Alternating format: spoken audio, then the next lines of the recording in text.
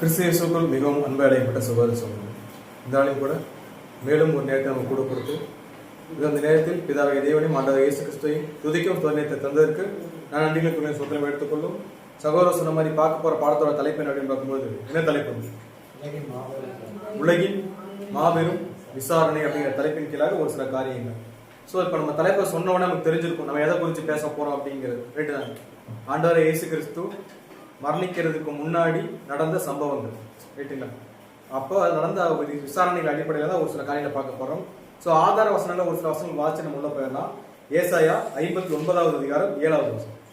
அவர்கள் கால்கள் பொல்லாப்பு செய்ய ஓடி குற்றமில்லாத இரத்தத்தை சிந்த தீவிரிக்கிறது. அவர்கள் நினைவுகள் அக்கிரம நினைவுகள், பால் கடிப்பும் அழிவும் அவர்கள் வழிகளில் இருக்கிறது. எப்படி இருக்குதுங்களாமா? அவர்கள் கால்கள் எதை செய்ய ஓடுதுங்களாமா? பொல்லாப்பு செய்ய ஓடி குற்றமில்லாத ரத்தத்தை சிந்த தீவிரிக்கிறது. அவர்கள் நினைவுகள் அக்கிரம நினைவுகள், பால் கடிப்பும் அழிவும் எங்க இருக்குதுங்களாமா? அவங்களோட வழியில இருக்கு. ஸோ அவங்களோட வழியிலேயே எது மட்டும்தான் இருக்குன்னா, அங்க நீதி அப்படிங்கிற விஷயமோ இல்லை நியாயம் அப்படிங்கிற விஷயமோ இல்லை நியாய பிரமாணம் அப்படிங்கிற விஷயமோ என்ன கிடையாது, எதுவுமே கிடையாது. ஸோ அவங்க ஓடுறதை எதுக்காக ஓடி இருக்கிறாங்கன்னா, அவர்கள் கால்கள் பொல்லாப்பு செய்ய ஓடி குற்றமில்லாத ரத்தத்தை சிந்த என்ன பண்ணுதுங்களாமா? தீவிரிக்கிறது அப்படின்னு சொல்லிட்டு அதுல அடுத்த வசனம் வாசிக்கலாம். 59:8வது வசனம். சமாதான வழியை அறியார்கள், அவர்கள் நடைகளில் நியாயம் இல்லை. என்ன இல்லைங்களாமா? அவங்களுக்கு என்ன தெரியாதுங்களாமா? சமாதானம் அப்படின்னா அதுக்கான வழியே தெரியாது. ஸோ சமாதான வழியை அறியார்கள், அவர்கள் நடைகளில் என்ன இல்லைங்களாமா? நியாயம் இல்லை. தங்கள் பாதைகளை தாங்களே என்ன பண்ணிட்டாங்களாமா? கோணலாக்கி கொண்டார்கள். அவைகளில் நடக்கிற ஒருவனுக்கும் என்ன தெரியாதுங்களாமா? ஸோ சமாதானமே இல்லாம தான் ஒரு நியாய விசாரணை எங்க நடந்துச்சு அப்படின்னு பார்க்கும்போது இந்த வசனம் அப்படி யாருக்கு டைரக்டா பொருந்தும் அப்படின்னா ஆண்டவராகிய இயேசு கிறிஸ்துவுக்கு பொருந்தக்கூடிய ஒரு வசனம். ஸோ எந்த ஒரு நியாயமும் இல்லாம எந்த ஒரு முகாந்தரமும் இல்லாம நடந்த ஒரு விசாரணை தான் எங்க நடந்துச்சு அப்படின்னா அங்க நடந்துச்சு. ஸோ அங்க இருந்த ஜனங்கள்லாம் எப்படிப்பட்ட ஜனங்களா இருந்திருக்காங்க அப்படின்னு பார்க்கும்போது அதுல 3ஆம் வசனம் வாசிச்சோம்னா வாசிக்கலாம். 3.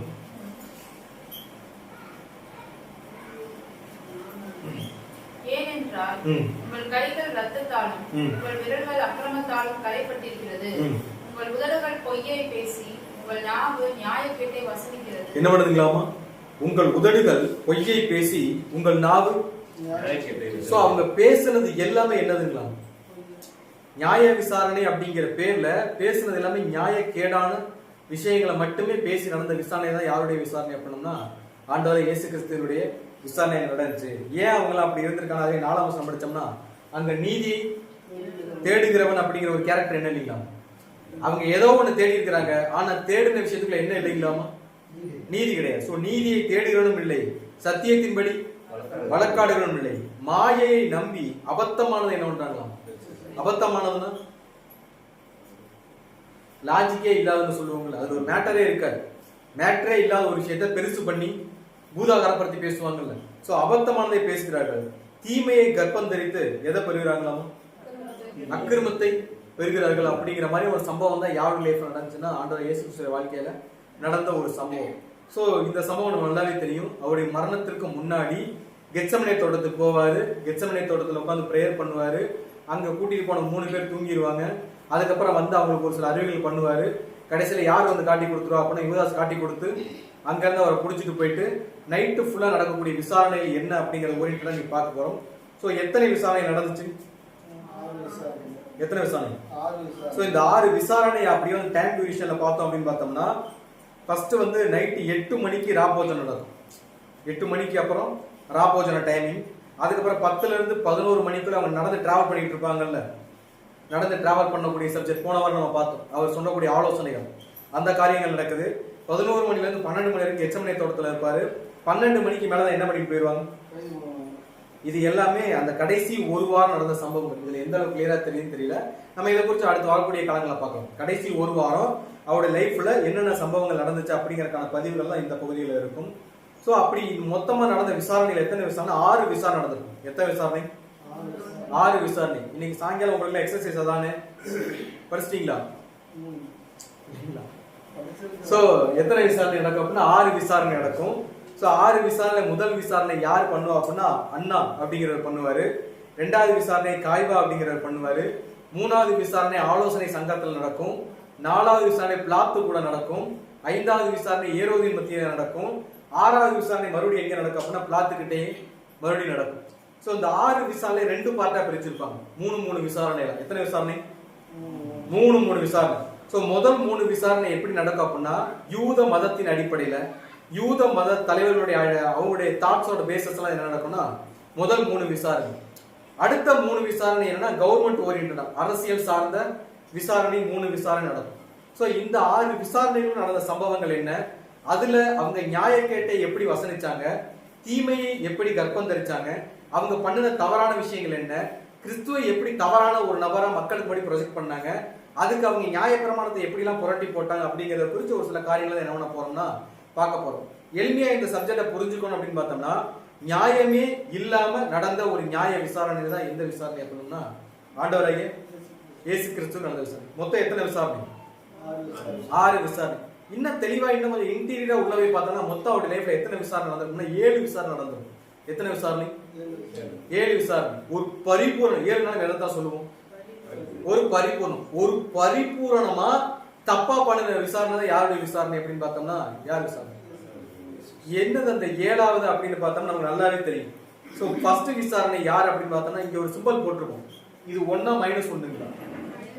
சோ நம்மளுடைய கணக்கு 6 விசாரணை தான். என்ன இந்த எக்ஸ்ட்ரா வரக்கூடிய இந்த ஒரு விசாரணை யார் பண்ணது அப்படின்னு பார்க்கும்போது நம்ம ஒரு வசனம் பார்த்து உள்ள போலாம். மார்க் 14வது அதிகாரம் 10வது வசனம். அப்பொழுது 12இல் ஒருவனாகிய யூதாஸ் காரியோத்து என்பவன் அவரை பிரதான ஆசாரியருக்கு காட்டி கொடுக்கும்படி அவர்களிடத்திற்கு போனான். சோ இங்க ஒரு கேரக்டர் இன்ட்ரோ듀ஸ் ஆகுறார். யாரு? சோ இன்விசிபிளா நடந்த ஒரு விசாரணை தான் யாருடைய விசாரணை அப்படின்னா இந்த ஒரு விசாரணை. சோ இந்த ஒரு விசாரணையில விசாரணையே பண்ணாம யூதாஸ் யாரை குற்றவாளி முடிவு பண்ணிட்டான்? இயேசு கிறிஸ்து தான் என்னது குற்றவாளி முடிவு பண்ணி அவங்கள்ட்ட போய் என்ன கேட்கிறானா நான் காட்டி கொடுக்க முடியும் அவர்கள் போனான். அவர்கள் அதை கேட்டு சந்தோஷப்பட்டு அவனுக்கு பணம் கொடுப்போம் என்று வாக்குத்தத்தம் பண்ணினார்கள். என்ன பண்ணிருக்காங்களாமா? நீ காட்டி மட்டும் கொடுத்தா போதும், உனக்கு என்ன தரும்? சோ கணக்கிலேயே இல்லாம இன்விசிபிளா ஒரு விசாரணை யார் நடந்தோம் அப்படின்னா சொந்த சகோதரன் யார குற்றவாளின்னு தீர்த்திருப்பாரு? கிறிஸ்துவ என்னவா தீர்த்திருப்பாரு? குற்றவாளி. அவரை என்ன பண்ற காட்டி கொடுக்கிறேன் அப்படின்னு அவர் ஒரு இன்விசிபிளா ஒரு விஷயத்தை அங்க யார் பண்ணிருப்பா அப்படின்னு பார்க்கும்போது யார் பண்ணிருப்போம்? சோ யூதாஸ் பண்ணிருப்பாரு. சோ கெத்சமனே தோட்டம் ஏறக்குறைய நைட்டு 12 மணிக்கு மேலே ஆயிடுச்சு. எல்லாரும் ஒன்னா இருக்கிறாங்க. யாருன்னா 11 பேர். எத்தனை பேர் இருக்கிறாங்க? சோ 11 பேர்ல 8 பேர் வெளியே இருக்கிறாங்க, 3 பேர் கொஞ்சம் க்ளோஸா இருக்கிறாங்க, ஒரு ஆள் ஆண்டவர் இயேசு கிறிஸ்து மட்டும் எங்க இருக்கு? கெத்சமனே தோட்டத்துல இருக்கிறாரு. At the end of the time அவர் அரெஸ்ட் பண்ண போற அந்த டயத்துல எல்லாரும் ஒரு இடத்துக்கு என்ன பண்ணிட்டாங்க? வந்துட்டாங்க. சோ இந்த வந்திருக்க சூழ்நிலையில இப்ப யார் உள்ள வரதா அந்த 12வது கேரக்டர் யார் வந்தாரு? சோ யூதாஸ் காரியத் வராரு. வந்துட்டு அவர் எப்படி தான் காட்டி கொடுக்குறாரு அப்படின்னு பார்க்கும்போது எப்படி காட்டி கொடுத்தாரு? சோ அதுக்கான காரணங்கள் முன்னாடியே பார்த்துருக்கோம். ரைட் தானே? ஏன் முத்தமிட்டு காட்டி கொடுக்குறாருன்னா இந்த இவரை காட்டி கொடுக்கறதுனால பின்னாட்களில் என் மேல எந்த ஒரு பழியும் வந்துடக்கூடாது. நான் அவரை முத்தம் தான் செஞ்சேன், அவரை காட்டியெல்லாம் என்ன பண்ணல கொடுக்கல அப்படின்னு அவன் பக்கத்துல ஒரு சாதகமான பாயிண்ட வச்சுட்டு முத்தமிடுவதன் மூலமா அன்பு செலுத்துறேன்ற பேர்ல என்ன பண்ணிருப்பான்? அவரை காட்டி கொடுத்துருப்பான். சோ காட்டி கொடுத்தோன்னு அவர் என்ன பண்ணிடுவாங்க அப்படின்னு மொத்தமா என்ன பண்ணிடுவாங்க? அரெஸ்ட் பண்ணிடுவாங்க. சோ இங்க இருந்து என்ன ஆரம்பிக்குதுன்னா கிறிஸ்துவுடைய அந்த விசாரணை அப்படிங்கிற பாயிண்ட் எங்க இருந்து ஆரம்பிக்குதுன்னா இந்த இடத்துல இருந்து ஆரம்பிக்குது. ரைட்டுங்களா? சோ கெத்சமனேல அரெஸ்ட் பண்றாங்க. அரெஸ்ட் பண்ணிட்டு அங்கிருந்து நேரா எங்க கூட்டிட்டு போறாங்கன்னா முதலாம் விசாரணைக்குள்ள யார் போறது? ஆண்டவராகிய இயேசு கிறிஸ்து போறாரு. சோ யார் முதல்ல விசாரணை பண்ணது அப்படின்னு பார்த்தோம்னா சோ வசனங்களை வாசிக்கலாம். யோவான் 18வது அதிகாரம் 13வது வசனம்.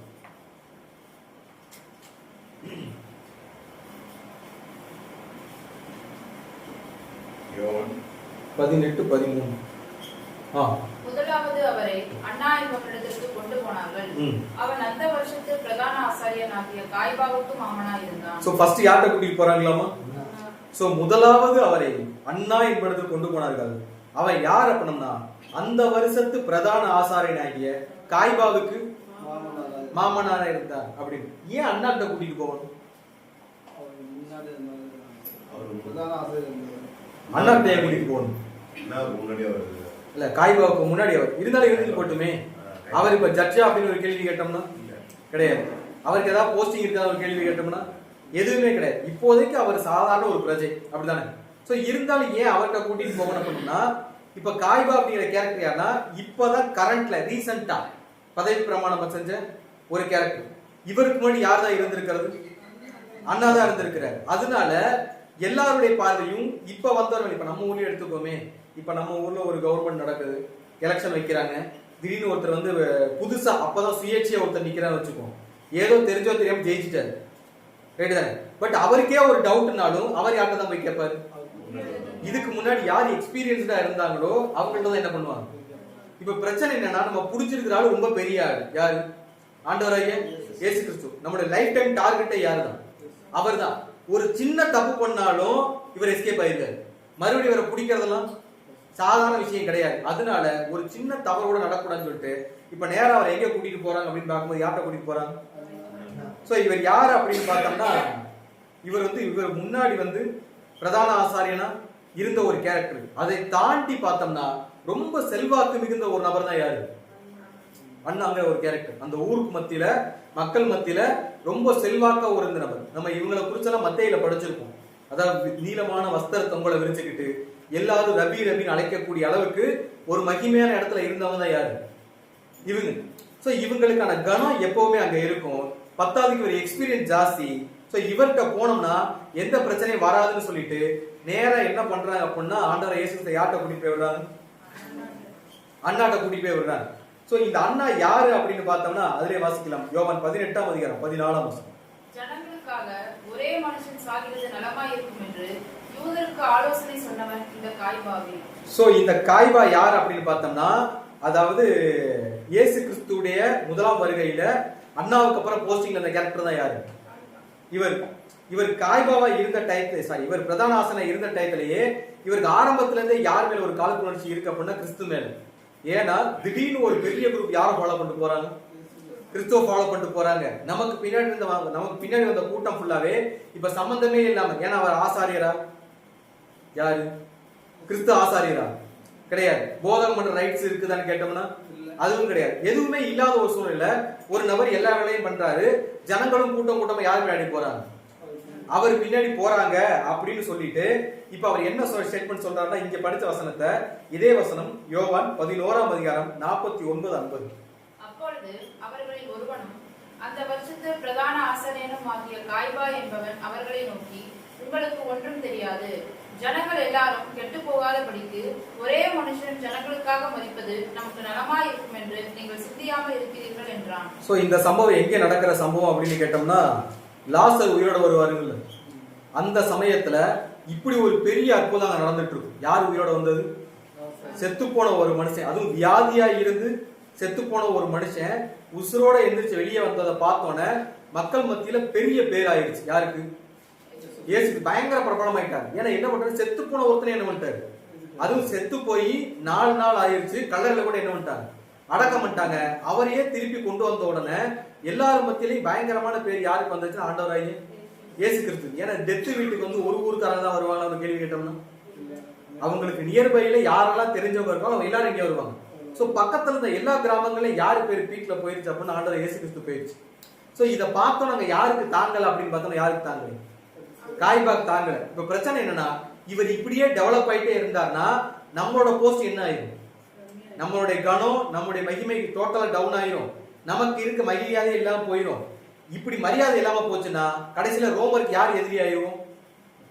நமக்கு மரியாதை இருக்கிற வரைக்கும் தான் நம்ம சொல்றத கவர்மெண்ட் கேட்கும். நமக்கு மரியாதை போயிடுச்சுன்னா நம்ம சொல்றதை யாரும் கேட்க மாட்டாங்க. இப்படி நம்ம எல்லாரும் பாதிக்கப்படுறதை விட ஒருத்தன் பாதிக்கப்படுறது நல்லது அப்படின்னு சொன்ன ஒரு கேரக்டர் தான் யார் அப்படின்னு பார்த்தோம்னா யாரு? சோ இந்த காய்பா என்ன பண்றாருன்னா, நேரா கூட்டிட்டு போய் எந்த ஒரு தவறு நடந்துடக்கூடாதுன்னு சொல்லிட்டு யார்கிட்ட கொண்டு போய் விட்டாரு? அண்ணாக்கிட்ட கொண்டு போய் விட்டாரு. சோ விட்ட உடனே இப்ப என்ன பண்றாங்கன்னா, இப்ப எதுக்கு ஒரு அரெஸ்ட் பண்ணிட்டு போயிருக்காங்க? விசாரணை பண்றது. என்ன விசாரணை பண்றதுக்கு? இப்போ ஒரு நபரை, இப்ப நம்ம காவல்துறை எடுத்துக்கோமே, ஒரு நபரை அரெஸ்ட் பண்ணா எப்ப அரெஸ்ட் பண்ணுவோம்? அப்படி இல்லை. எதுக்கு அரெஸ்ட் பண்ணுவோம்னு கேக்குறேன். ஏதோ தவறு பண்ணுனா அந்த தவறை குறித்து அவரை என்ன பண்ணுவோம்? அரெஸ்ட் பண்ணி அதுக்கப்புறம் அவரை குறித்து விசாரணை பண்ணி, நீ தப்பு பண்ணியா பண்ணலையா, தப்பு பண்ணலைன்னா அதுக்கான ஆதாரம் என்ன, தப்பு பண்ணியிருந்தா அதற்கான சாட்சிகள் என்ன அப்படின்னு விசாரணை பண்ணி அவனுக்கான தண்டனை தீர்ப்பு என்ன பண்ணுவோம்? கொடுப்போம். இப்ப இதெல்லாம் இப்ப இங்க என்ன நடந்துட்டு இருக்குன்னா, கிறிஸ்துவ என்ன பண்ணி அரெஸ்ட் பண்ணிட்டாங்க. என்ன பண்ணிட்டாங்க? பட் இவர் மேல என்ன கிடையாது, எந்த ஒரு கம்ப்ளைண்ட்டுமே கிடையாது. இப்ப அண்ணா என்ன பண்ண ஆரம்பிக்கிறார்னா, இப்பதான் விசாரிக்கவே ஆரம்பிக்கிறார். என்ன பண்ண ஆரம்பிக்கிறாரு? சோ வாசிக்கலாம் 18ஆம் அதிகாரம் 19ஆம் வசனம். பிரதான ஆசாரியன் சீஷரை குறித்தும் போதகத்தை குறித்தும் விசாரித்தான். சோ இப்ப என்ன பண்ண ஆரம்பிக்கிறாருங்களாமா? இப்பதான் பேச ஆரம்பிக்கிறார். நீ யாரு, என்ன பண்ணிட்டு இருந்தீங்க எவ்வளவு நாளா, நீங்க பண்ணுன போதகம் என்ன, உங்க சீஷர்கள்லாம் யாரு அப்படின்னு யார்கிட்ட டீட்டெயில் கேட்கிறாங்க. இப்படி கேட்கும் போது ஏதாவது ஒண்ணு தப்பா சொல்லிடுவாரான்னு யாரோட எதிர்பார்ப்பு? அண்ணாவோட எதிர்பார்ப்பு. ஏதாவது ஒண்ணு தப்பா சொல்லிடுவாரு, அதை வச்சு நம்ம இவரை என்ன பண்ணிடலாம். சோ எந்த ஒரு சார்ஜ் சீட்டுமோ இல்ல எந்த ஒரு குற்றச்சாட்டுமே இல்லாம தான் இங்க யார் யாரை அரெஸ்ட் பண்ணிருக்காரு அப்படின்னு பார்த்தோம்னா யார் யாரை பண்ணிருக்காங்க? இயேசுக்கு அரெஸ்ட் பண்ணிட்டு இப்ப அவர் வாயில இருந்தே குற்றச்சாட்டை கண்டுபிடிக்கிறதுக்காக என்ன பண்ணிட்டு இருக்காங்க, விசாரணை பண்ணிட்டு இருக்காங்க. சோ விசாரணை பண்ணிட்டு இருக்காங்க.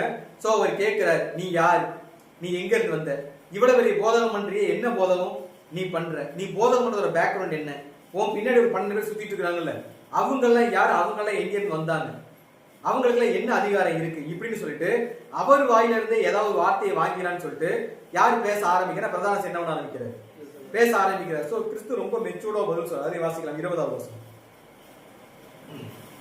இயேசு அவனுக்கு பிரதியுத்தரமாக, நான் வெளியரங்கமாய் உலகத்துடனே பேசினேன், ஜெப ஆலயங்களிலேயும் யூதர்கள் எல்லாரும் கூடி வருகிற தேவாலயத்திலேயும் எப்பொழுதும் உபதேசித்தேன். சோ அவர் கிளியரா சொல்லிட்டார், நான் எங்க பேசல, நான் 4 செவத்துக்குள்ள உட்கார்ந்து ரகசியமா என்ன பண்ணல, நான் கூட்டம் போடல, நான் பேசுறது எனக்கு மட்டும்தான் தெரியுமான ஒரு கேள்வி கேட்டா அதுவும் கிடையாது.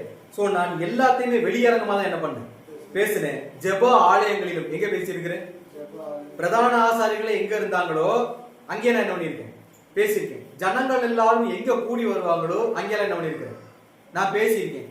நான் என்ன பேசினேன்னு இங்க இருக்க யார கேட்டாலும் என்ன பண்ணுவாங்க, சொல்லுவாங்க. இதை நீ தனிப்பட்டு ஏன்ட்ட விசாரிக்கிற அளவுக்கு அந்தரங்கத்தில் நான் ஒன்றை என்ன பண்ணல, நான் பேசல அப்படின்னு சொல்லிட்டு அடுத்தவர் என்ன கேள்வி கேட்கிறான்னு அதுல 21ஆம் வசனம் வாசிக்கிறேன். நீர் என்னிடத்தில் விசாரிக்க வேண்டியது என்ன, நான் சொன்னவைகளை கேட்டவர்களிடத்தில் விசாரியும், நான் பேசினவைகளை அவர்கள் அறிந்திருக்கிறார்களே. என்ன சொல்லிட்டாங்களாமா, இப்ப யாரு கேள்வி கேட்டுக்கிட்டு இருக்காங்க, ஒரு போலீஸ் ஸ்டேஷனுக்கோ இல்ல ஏதோ விசாரணை மையத்துக்கோ போறோம்னா கேள்வி யாரு கேட்பா, அங்க ஆப்போசிட்ல இருக்க கேட்பாங்க.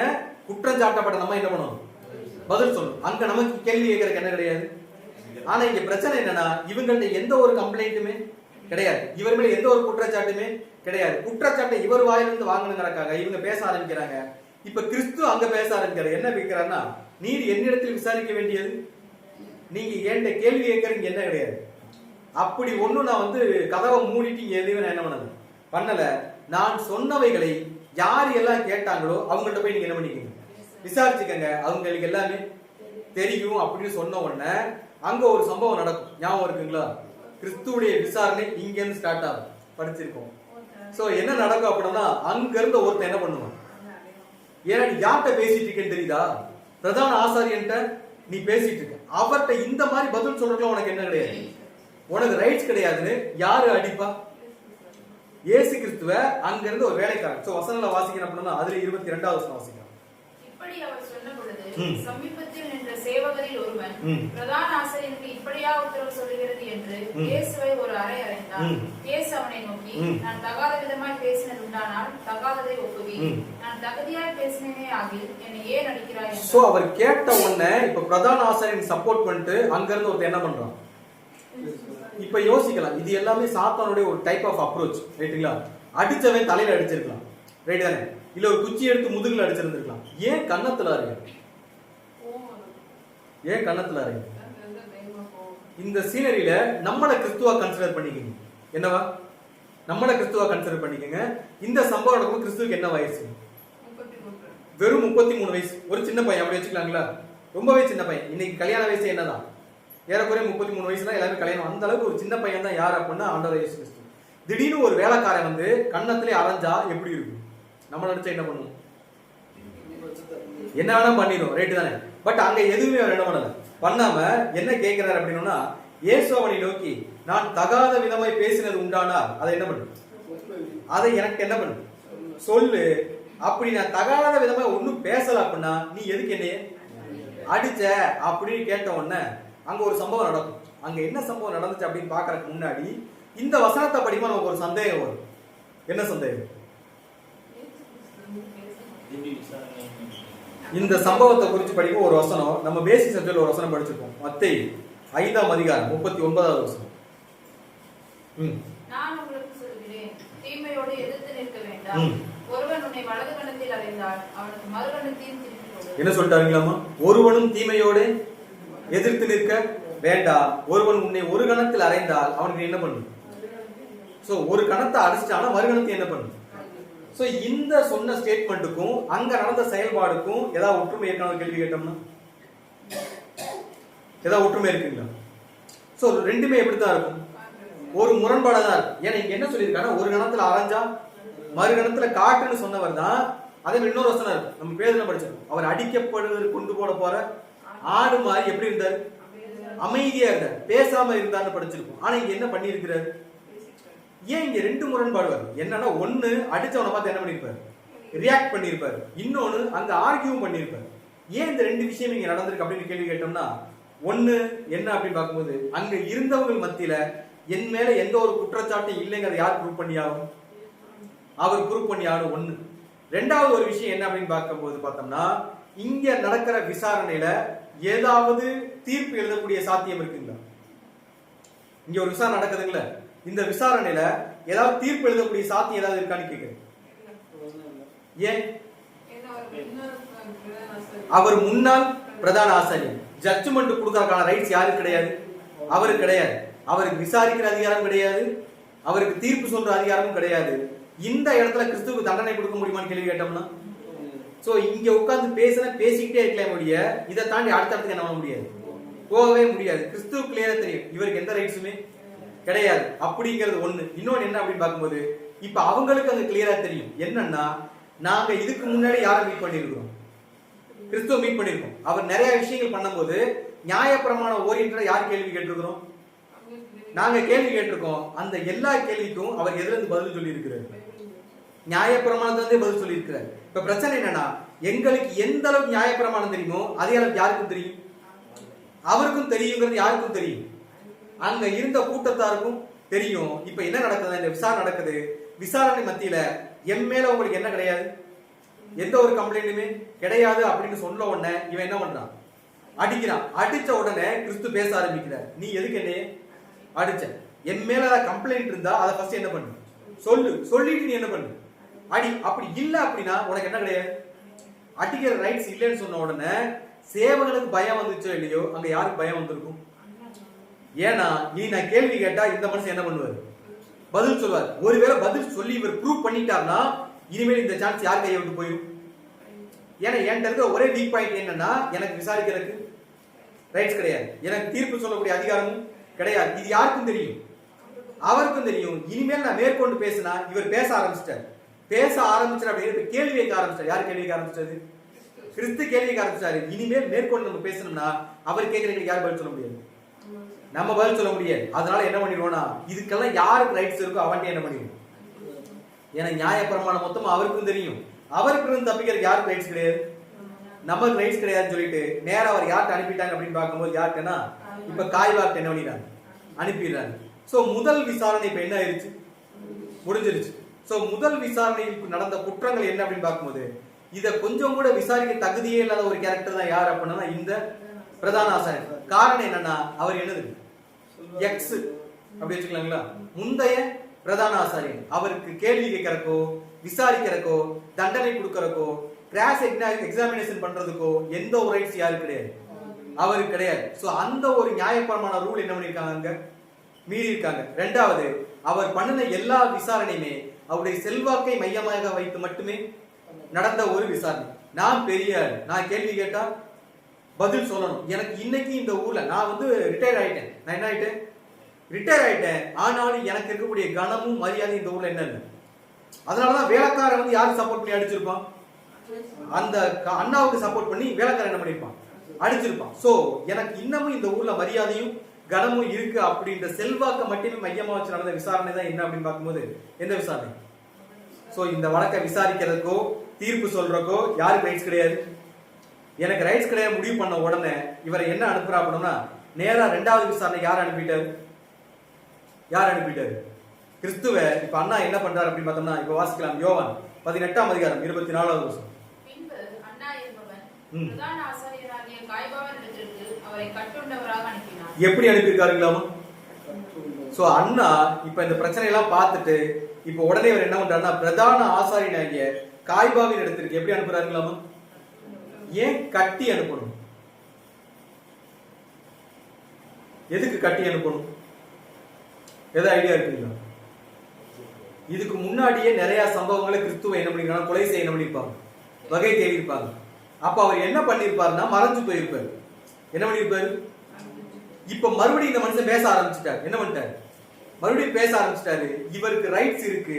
மறுபடியும் இது மாதிரி ஏதாவது ஒன்று பண்ணி மறைஞ்சு போயிட்டா இவரை தேடிலாம் என்ன பண்ண முடியாது, கண்டுபிடிக்க முடியாதுன்னு சொல்லிட்டு இவர் என்ன பண்றாருன்னா ஃபுல்லா கட்டி யார்கிட்ட கூட்டிட்டு போறாங்க? காய்பாட்ட. அந்த வருஷத்து கரண்ட் பிரதான ஆசாரியன், ஆத்தரைஸ்டு பிரதான ஆசாரியன் சொல்லுவோம்ல. சோ கரண்ட்ல கூடிய பிரதான ஆசாரியன்ட்ட என்ன பண்ணானா கொண்டு போய் யாரை விட்டாராங்க அப்படின்னா யாரை விட்டாராங்க? சோ அது ஒரு அரண்மனை அப்படின்ற மாதிரி சொல்லியிருப்பாங்க. அவர் இருந்த இடமே எப்படிப்பட்ட இடம் தாங்க? ஒரு அரண்மனை மாதிரி இடம். இதுதான் வந்து பிரதான ஆசாரியனாகிய காய்பாவுடைய அரண்மனை. இது லைவ் பிக்சர் ரைட் தானே? ஆல்ரெடி நம்ம பார்த்துருக்கோம். ஸோ இந்த பிக்சர் இந்த இடத்துல தான் யார் இருந்தது அப்படின்னு பார்க்கும்போது யார் இருந்தது? யார் இருந்தது? இதுதான் காய்பாவுடைய அரண்மனை. இது வந்து இன்னைக்கு இருக்கக்கூடிய கரண்ட் பிக்சர். ஒரிஜினலாவே கிறிஸ்துவை விசாரித்த இடம் இதுதான், இந்த பில்டிங்குள்ளதான். இது வந்து ஆர்கியாலஜி ஃபைன் பண்ண ஒரு விஷயம், ஒரு பெயிண்ட். இப்படி இருந்திருக்கலாம். யாருடைய அரண்மனை? காய்பாவுடைய அரண்மனை இப்படி இருந்திருக்கலாம் அப்படின்னு சொல்லிட்டு அவங்க டிசைன் பண்ண ஒரு பிக்சர் தான் என்னன்னா இந்த ஒரு பிக்சர். ஸோ இந்த பிக்சருக்கு மத்தியில இது வந்து லைவாவே ஆர்கியாலஜி ஃபைன் பண்ண ஒரு சில விஷயங்கள். ஸோ இப்போ இங்க தான் எங்க போய் நிக்கிறார், யார் போய் நிக்கிறார்? ஆண்டவர் இயேசு என்ன பண்ணியிருக்காரு? இந்த இடத்துல வந்து நிக்கிறாரு. இப்படி நிக்கும் போது இங்க என்ன நடக்குது அப்படின்னு பார்க்க அப்படி வாசிக்கலாம். மத்தேயு 26வது அதிகாரம் 59வது வசனம்.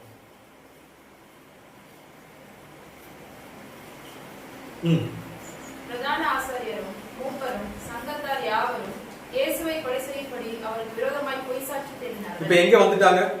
பிரதான ஆசாரியனாகிய காய்பாவோட அரண்மனைக்கு வந்துட்டாங்க. வந்த உடனே இங்கேயுமே அவங்க கையில என்ன கிடையாது? என்ன கிடையாது?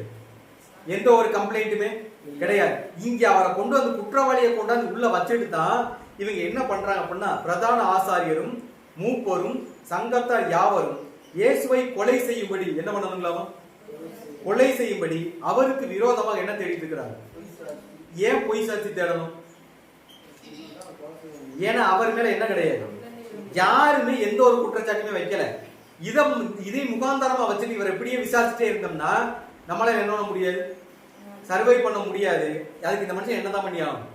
கொலை பண்ணி தான் ஆகணும். கொலை பண்ணி தான் ஆகணும்னா நமக்கு என்னதான் வேணும்?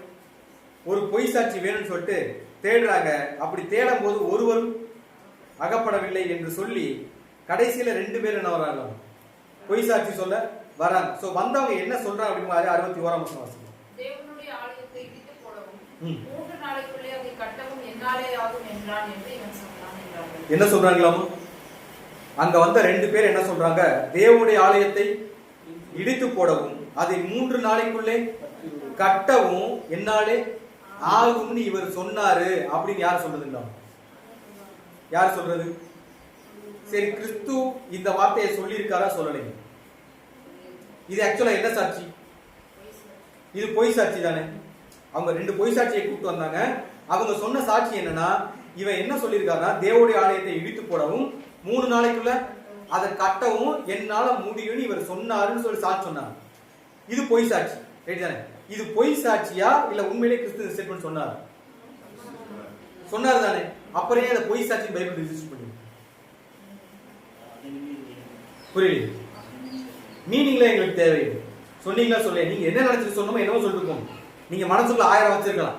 இங்க ஸ்டேட்மெண்ட் தானே ஃபர்ஸ்ட். நீங்க சொன்னீங்களா சொல்லலையான்னு கேள்வி கேட்டோம்னா சோ வசனமா படிக்கணும்னா யோவான் 2வது அதிகாரம் 19வது வசனம்.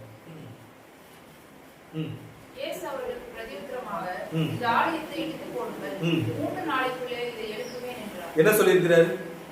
ஆக்சுவலா அவர் சொன்ன ஸ்டேட்மெண்ட் என்னன்னா, இந்த ஆலயத்தை இடித்து போடுங்கள் 3 நாளைக்குள்ளே நான் என்ன பண்ணுவேன், இதை எழுப்புவேன்னு சொன்னது அவர் ஸ்டேட்மெண்ட் ரைட் தானே?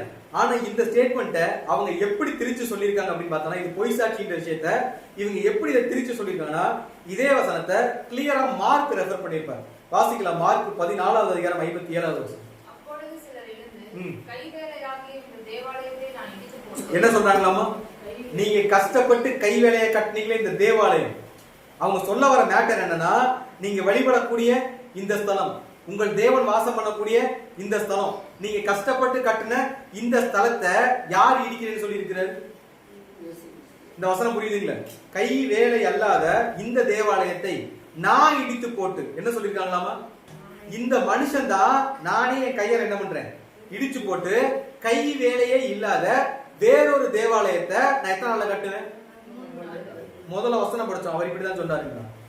இவங்க என்ன ட்ரை பண்றாங்கன்னா, மத பிரச்சனைன்னு சொல்லுவாங்கல்ல, மத ரீதியான பிரச்சனை. நீங்க வணங்கக்கூடிய தேவாலயத்தையே இந்த மனுஷன் என்ன பண்ணிடுவானாமா, இடிச்சு போட்டுட்டு சம்பந்தமே இல்லாம வேற ஒரு சர்ச்சை தேவாலயத்தை என்ன பண்ணுவாரு, கட்டுவேன் இவர் சொன்னாரு, நாங்க என்ன பண்ணோம், இவன் சொன்னதை நாங்கள் கேட்டோம் அப்படின்னு சொல்றாரு. சோ இப்படி சொல்லியுமே கூட அது என்ன ஆயிடுச்சு அப்படின்னா, பிரச்சனை என்னன்னா, இதை இவங்க மட்டும்தான் கேட்டிருப்பாங்களான்னு கேள்வி கேட்டோம்னா அங்க நிறைய பேர் கேட்டிருப்பாங்க. சோ யாராவது ஒருத்தராவது அந்த மனுஷன் அப்படி சொல்லலைங்க, சொல்லிருக்க வாய்ப்பு இருக்கா இல்லைங்க? அந்த மனுஷன் அப்படிலாம் சொல்லல, அவர் வேற மாதிரி தான் சொன்னார், நீங்க என்ன பண்றீங்க அதை திருச்சி சொல்றீங்க அப்படின்ற மாதிரி யாரோ ஒருத்தர் சொல்லியிருக்கிறதுக்கு பை சான்ஸ் ஒருவேளை வாய்ப்பு இருக்கு, நடந்துச்சா இல்லையான்றதுக்கு. இதை எப்படி நம்ம யூகிக்கிறோம் அப்படின்னா, இந்த வசனம் சொல்லி முடிச்ச உடனே நடக்கிற சம்பவம் என்னன்னா, அதுல 58ஆம் வசனம் வாசிக்கும். அவருக்கு விரோதமாய் பொய் சாட்சி சொன்னார்கள், அப்படி சொல்லியும் அவர்கள் சாட்சியை ஒப்பாமல் போயிற்று. சோ அவங்க சொன்னது பொய் சாட்சி, அப்படி சொல்லியும் கூட அவங்க சாட்சி யாருமே என்ன பண்ண முடியலீங்களாமா, என்ன பண்ண முடியல, ஏத்துக்க முடியல. இப்ப பிரதான ஆசிரியர் மைண்ட்ல என்ன ஓடிட்டு இருக்கு அப்படின்னா, நம்மளோட என்னென்னமோல முட்டி மோதி தான் பாக்குறோம். எதுக்கு? இந்த மனுஷன் எப்படியாவது கொண்டரலாம். ஆனா கொல்றதுக்கு நமக்கு என்ன வேணும், ஒரு விட்னஸ் வேணும். இப்ப வரைக்கும் அந்த விட்னஸ் நமக்கு கிடைக்கலையே அப்படின்னு இவங்களும் சுத்தி சுத்தி தேடுறாங்க. சொல்ற சாட்சிகளும் திருப்திகரமா, என்னது திருப்திகரமா இல்ல அப்படின்னு சொன்ன உடனே பிரச்சனை நம்ம கையை மீறி போயிருமோன்னு முடிவு பண்ணிட்டு இப்ப யார் அசம்பிள் ஆகுது அப்படின்னு பார்த்தோம்னா அதுல 60ஆம் வசனம் வாசிக்கிறோம். என்ன பண்றாருங்களாமா, யார் பேச ஆரம்பிக்கிறது? பிரதான ஆசாரியன் எழுந்து நடுவே நின்று இயேசுவை நோக்கி, இவர்கள் உனக்கு விரோதமாய் சொல்லுகிறதை குறித்து நீ ஒன்றும் சொல்லுகிறதில்லையா என்று கேட்டான். அவரோ ஒரு உத்தரவும் சொல்லாமல் பேசாதிருந்தார். என்ன பண்றாங்களாமா, இப்ப டைரக்டா பிரதான ஆசாரியன் எந்திரிச்சு இத்தனை பேர் உன் மேல என்ன பண்ணிட்டு இருக்காங்க, இவ்வளவு கம்ப்ளைண்ட் பண்ணிட்டு இருக்காங்களே, நீ எதுவுமே சொல்லாமையே இருக்கிறியே அப்படின்னு கேட்கும் போது கிறிஸ்து என்ன பண்ணீங்களாமா, கிறிஸ்து என்ன பண்ணல, பதிலே சொல்லல. இப்ப இவனுக்கு என்ன பிரச்சனைனா, இவர் இதுக்கு ஏதாவது பதில் சொல்லணும். ஒண்ணு ஆமான்னு சொல்லணும், இல்லைன்னா இல்லைன்னு சொல்லணும். என்ன பதில் சொன்னாலும் அதை வச்சு யார் லாக் பண்ணிடலாம், நாங்க எப்படியாவது லாக் பண்ணிடுவோம். இந்த மனுஷன் பேசினா மட்டும் போதும் அப்படின்னு சூழ்நிலை இருக்கும்போது இவர் பேசவே இல்லை. இப்ப பிரதான ஆசிரியர் என்ன பண்றான்னா, ஆணையிட்டு கேட்க ஆரம்பிக்கிறார். என்னன்னா, நீ தோத்தரிக்கப்படத்தக்க தேவனுடைய குமாரனாகிய கிறிஸ்து. ஏன்னா இவரோட வீக்னஸ் யாருக்கு நல்லா தெரியும், நம்ம ஆல்ரெடி பார்த்துருக்கோம். மற்ற ஜனங்கள் கிறிஸ்துவ ஃபாலோ பண்ணதை விட ரொம்ப க்ளோஸா கிறிஸ்துவ வாட்ச் பண்ண ஜனங்கள் தான் யார் அப்படின்னா, பரிசேயர், சதுசேயர், வேத பாரகர், பிரதான ஆசாரியர் எல்லாமே யாரை ஃபாலோ பண்ணியிருக்காங்க. ஏன்னா இவருக்கு ஒரு பெரிய பாப்புலேஷன் போயிட்டு இருக்கு. இவரை எப்படியாவது டவுன் பண்ணணும், இவர் வாயிலிருந்து எப்படியாவது குற்றத்தை என்ன பண்ணணும் கண்டுபிடிக்கணும். ஆரம்பத்துல இருந்தே ஃபாலோ பண்ணணும். கண்டுபிடிச்ச விஷயம் என்ன, இவர் தேவனை பத்தி ரொம்ப இன்ட்ரெஸ்டா பேசுவார். தேவனுக்கு ஆப்போசிட்டா ஏதாவது பண்ணினா பிரதான ஆசாரியன் இருந்தாலும் எதிர்த்து நிற்பார். நின்னாரா இல்லைங்களா? தேவாலயத்துல புறா விக்கிறவங்களை தூக்கி போட்டு என்ன பண்ணார், எல்லாத்தையும் அடிச்சு உடைச்சார். சோ இவர் தேவனுக்கு ஒண்ணுன்னா கண்டிப்பா என்ன பண்ணுவார், பேசிதானே ஆகணும். இவர் வீக்னஸ்ல கை வச்சு என்ன பண்றாருன்னா, நீ ஸ்தோத்தரிக்கப்படத்தக்க தேவனுடைய குமாரனாகிய கிறிஸ்து தானா அப்படின்னு கேட்கிறாங்க. சோ கேட்ட உடனே கிறிஸ்து என்ன சொல்லிட்டாரு, ஆமா நீ சொல்றபடிதான் அப்படின்னு சொன்ன உடனே அங்க ஒரு சம்பவம் நடக்கும். அப்படியே வாசிக்கலாம் 63வது வருஷம். பிரதான ஆசாரியர் இதை கேட்ட உடனே தன் வஸ்திரங்களை கிழித்து கொண்டு, இனி சாட்சிகள் நமக்கு வேண்டியது என்ன? சோ என்ன சொல்லிட்டாரு, இந்த வார்த்தையை கேட்ட உடனே பிரதான ஆசாரியர் என்ன பண்றாரு, தன்னுடைய வஸ்திரங்களை கிழித்துக் கொண்டு, இனிமேல் இவரை பத்தி யாராவது சாட்சி சொல்லணுங்கிற அவசியம் இருக்கா, இனி எந்த ஒரு வீக்னஸும் என்ன பண்ண வேண்டாம் அப்படின்னாரு. சோ அந்த அளவுக்கு மோசமான ஒரு வார்த்தையை கிறிஸ்து யூஸ் பண்ணார். அவர் என்ன கேட்டார்னா, நீ தேவனுடைய குமாரன் கேட்டாரு, இவர் ஆமான்னு சொன்னாரு. இது தப்பான்னு கேக்கு, தப்பா என்ன சொல்லுவாரு, ஆமா. சோ இந்த ஸ்டேட்மெண்ட் தப்பா ரைட்டான ஒரு கேள்வி கேக்குது. இப்ப பிரச்சனை என்னன்னா, புதிய ஏற்பாட்டில் நீங்க டீட்டெயில்ஸ் விஷயம் படிச்சு பாத்தீங்கன்னா, பிரதான ஆசாரியர்களே சொல்லியிருப்பாங்க, பிதாவைய தேவன் தான் எங்களுக்கு பிதா, நாங்கெல்லாம் அவருக்கு என்னது புத்திரர்கள்னு அவங்களே சொல்லியிருப்பாங்க. அதே ஸ்டேட்மெண்ட் யாரும் சொன்னது? ஆனா இவங்களுடைய பார்வையில ஏன் தப்பா தெரிஞ்சிச்சு அப்படின்னா, தேவனுடைய ஒரே சந்ததி அப்படின்னு கேட்ட யார சொன்னாங்க? தேவனுக்கு பிரியமான சந்ததி அப்படி கேட்ட கன்ஃபியூஸ் ஆயிருக்கு. தேவனுக்கு பிரியமான ஜாதி லேவி கோத்திரம், ஆசாரிய வம்சம். அந்த வார்த்தை சொல்றதுக்கு யாருக்கு தான் ரைட்ஸ் இருக்கு? எங்களுக்கு தான் ரைட்ஸ் இருக்கு. இவர் என்ன கோத்திரம்? இவர் யூதா கோத்திரம். இவருக்கு அந்த வார்த்தையை சொல்றதுக்கு என்ன இல்ல ரைட்ஸ் இல்ல. இவன் எந்த ரைட்ஸ்ல கை வைக்கிறார் அப்படின்னா, எங்க உரிமையில என்ன பண்றாரு இவர் கை வைக்கிறார் அப்படின்னு சொல்லிட்டு பயங்கரம் வெக்ஸ் ஆகி இப்ப யாரு கத்த ஆரம்பிக்கிறார்னா, பிரதான ஆசாரியர் தன் வஸ்திரங்களை என்ன பண்றாரு கிழிச்சிட்டு இப்ப அவரே ஜட்ஜ்மெண்ட் பண்றாரு. என்னன்னா, தேவ தூஷணத்தை கேட்டீர்களே, உங்களுக்கு என்னமாய் தோன்றுகிறது என்றால், அதற்கு அவர்கள் எல்லோரும் இவன் எதுக்கு பாத்திரனா இருக்கிறான்? மரணத்திற்கு பாத்திரனா இருக்கிறான் என்று என்ன பண்ணிட்டாங்க? தீர்மானமே பண்ணி முடிச்சிட்டாங்க. இவருக்கு எதுக்கு ரெடியா இருக்கிறார், இவருக்கு மரண தண்டனை கொடுக்கணும் அப்படின்னு சொல்லிட்டு அங்க என்ன பண்ணிட்டாங்க, ஃபைனலே பண்ணிட்டாங்க. ஆனா இதுக்கு நடுவுல பிரதான ஆசிரியர் டச் பண்ண ஒரு மேட்டர் ஒண்ணு இருக்கு. இவர் என்ன பண்றாரு அப்படின்னா, அங்க இருந்து இறங்கி வந்து சட்டை கிழிச்சு என்ன பண்றாரு, இப்ப இந்த இடத்துல 10 பேர் இருக்கும், ரைட் தானே? 10 பேர்ல எல்லாருக்கும் என் மேல நல்ல அபிப்பிராயமும் இருக்கும், கெட்ட அபிப்பிராயம். இப்போ ஒரு சகோதரர் மட்டும் வந்து இவர் பயங்கரமான தப்பு பண்ணிட்டாரு, இவர் அந்த சபையை வச்சா என்ன பண்ணிருங்க, ஒதுக்கி வச்சிருங்க அப்படின்னு சொன்னா யாராவது ஒரு நபர் என்ன சொல்லுவாங்க? இல்ல வேணாங்க, இவர் என்ன பண்ணிடல, இந்த ஒரு டைம் எக்ஸ்கியூஸ் பண்ணி விட்டலாம் அப்படின்னு ஏதாவது ஒரு மாற்று கருத்து வரும். இப்படி நடக்க கூடாது அப்படிங்கறக்காக இங்க இவர் என்ன பண்றாருன்னா, ஜட்ஜே இறங்கி வந்து சட்டை கிழிச்சு என்ன பண்றாரு, அங்க எல்லா அதிகாரம் யாருக்கு மட்டும் தான் இருக்கு? ஜட்ஜுக்கு மட்டும் தான் இருக்கு. இப்ப ஜட்ஜே இறங்கி வந்து சொல்லிட்டாரு அப்படின்னா, அதுக்கப்புறம் ஒருவேளை மாற்று கருத்து இருந்தாலும் அந்த மாற்று கருத்தை சொல்ற அளவுக்கு யாருக்கு என்ன இருக்காது, தைரியம் இருக்காது. ஏன்னா தீர்ப்பு யார் சொல்லிட்டது? நடுவர் தீர்ப்பே இறுதியானதுன்னு சொல்ற மாதிரி தீர்ப்பு சொல்ல நடுவர் தீர்ப்பு சொல்லிட்டாரு. இதுக்கு மேல நம்ம ஒப்பீனியன் சொல்றதுக்கு அங்க என்ன இல்ல. சோ பிரதான ஆசிரியர் ரொம்ப மெச்சூர்டா ஹேண்டில் பண்ண அந்த பிரச்சனையை, கிரிமினல் அப்படி சொல்லலாங்களா? சோ யாருமே மாற்று கருத்து என்ன பண்ணிடக்கூடாது. இவங்களை பேச விட்டுக்கிட்டு இருந்தா இவன் சாட்சி சொல்லுவான், அங்க ஒருத்தன் இல்லேம்பா, இவன் தப்பு பண்ணான்னு சொல்லுவான், இல்லைங்க அவர் அப்படி சொல்லலைன்னு சொல்லுவான். மாத்தி மாத்தி என்ன பண்ணிட்டு இருப்பாங்க. ஆன் அண்ட் ஆஃபா இந்த விசாரணை போயிட்டு இருக்கும். இது இப்படியே போயிட்டு இருந்தா என்ன முடியாது, ஒரு முடிவு வரான்னு சொல்லிட்டு யாரு களத்துல இறங்கிட்டது? பிரதான ஆசாரியர் இறங்கி நீ இவன் பண்ணது தப்புதான் அப்படின்னு தீர்ப்பு சொன்ன உடனே ரைட், அப்ப என்ன பண்ணுங்க. சோ இங்க பிரதான ஆசாரியன் இன்விசிபிளா பண்ண ஒரு பெரிய தப்பு என்ன அப்படின்னு பார்க்கும்போது, இந்த வஸ்திரங்களை கிழிக்கிற ஒரு விஷயம்.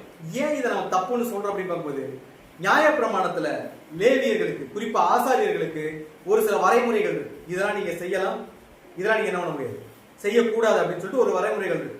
அதுல முக்கியமான வரைமுறை என்ன அப்படின்னு பார்த்தோம்னா, ஒரு வசனம் வாசிக்கலாம். லேவியராகமம் 10ஆம் அதிகாரம் 8வது வசனம். மோசே ஆரோனையும் எலெயாசார் இத்தாமார் என்னும் அவன் குமாரரையும் நோக்கி, நீங்கள் சாகாதபடிக்கும் சபை அனைத்தின் மேல் கடுப்போவும் வராதபடிக்கும் நீங்கள் உங்கள் தலைப்பாகையை எடுத்து போடாமலும் உங்கள் வஸ்திரங்களை கிழிக்காமலும் இருப்பீர்களாக. என்ன பண்ணணுங்களாமா? நீங்க சாகாம இருக்கணும்னா இது 6வது வசனம். தப்பா சொல்லிட்டேன். லேவியராகமம் 10ஆம் அதிகாரம் 6வது வசனம்.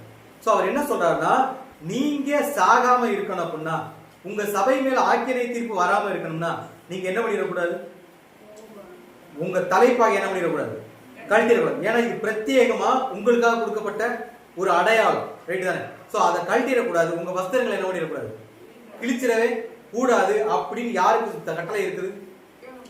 இவங்களுக்கு கட்டளை இருக்குது. இந்த கட்டளை அந்த பிரதான ஆசாரியனுக்கு தெரியுமா தெரியாத ஒரு கேள்வி கேட்டோம்னா கண்டிப்பா தெரியும்.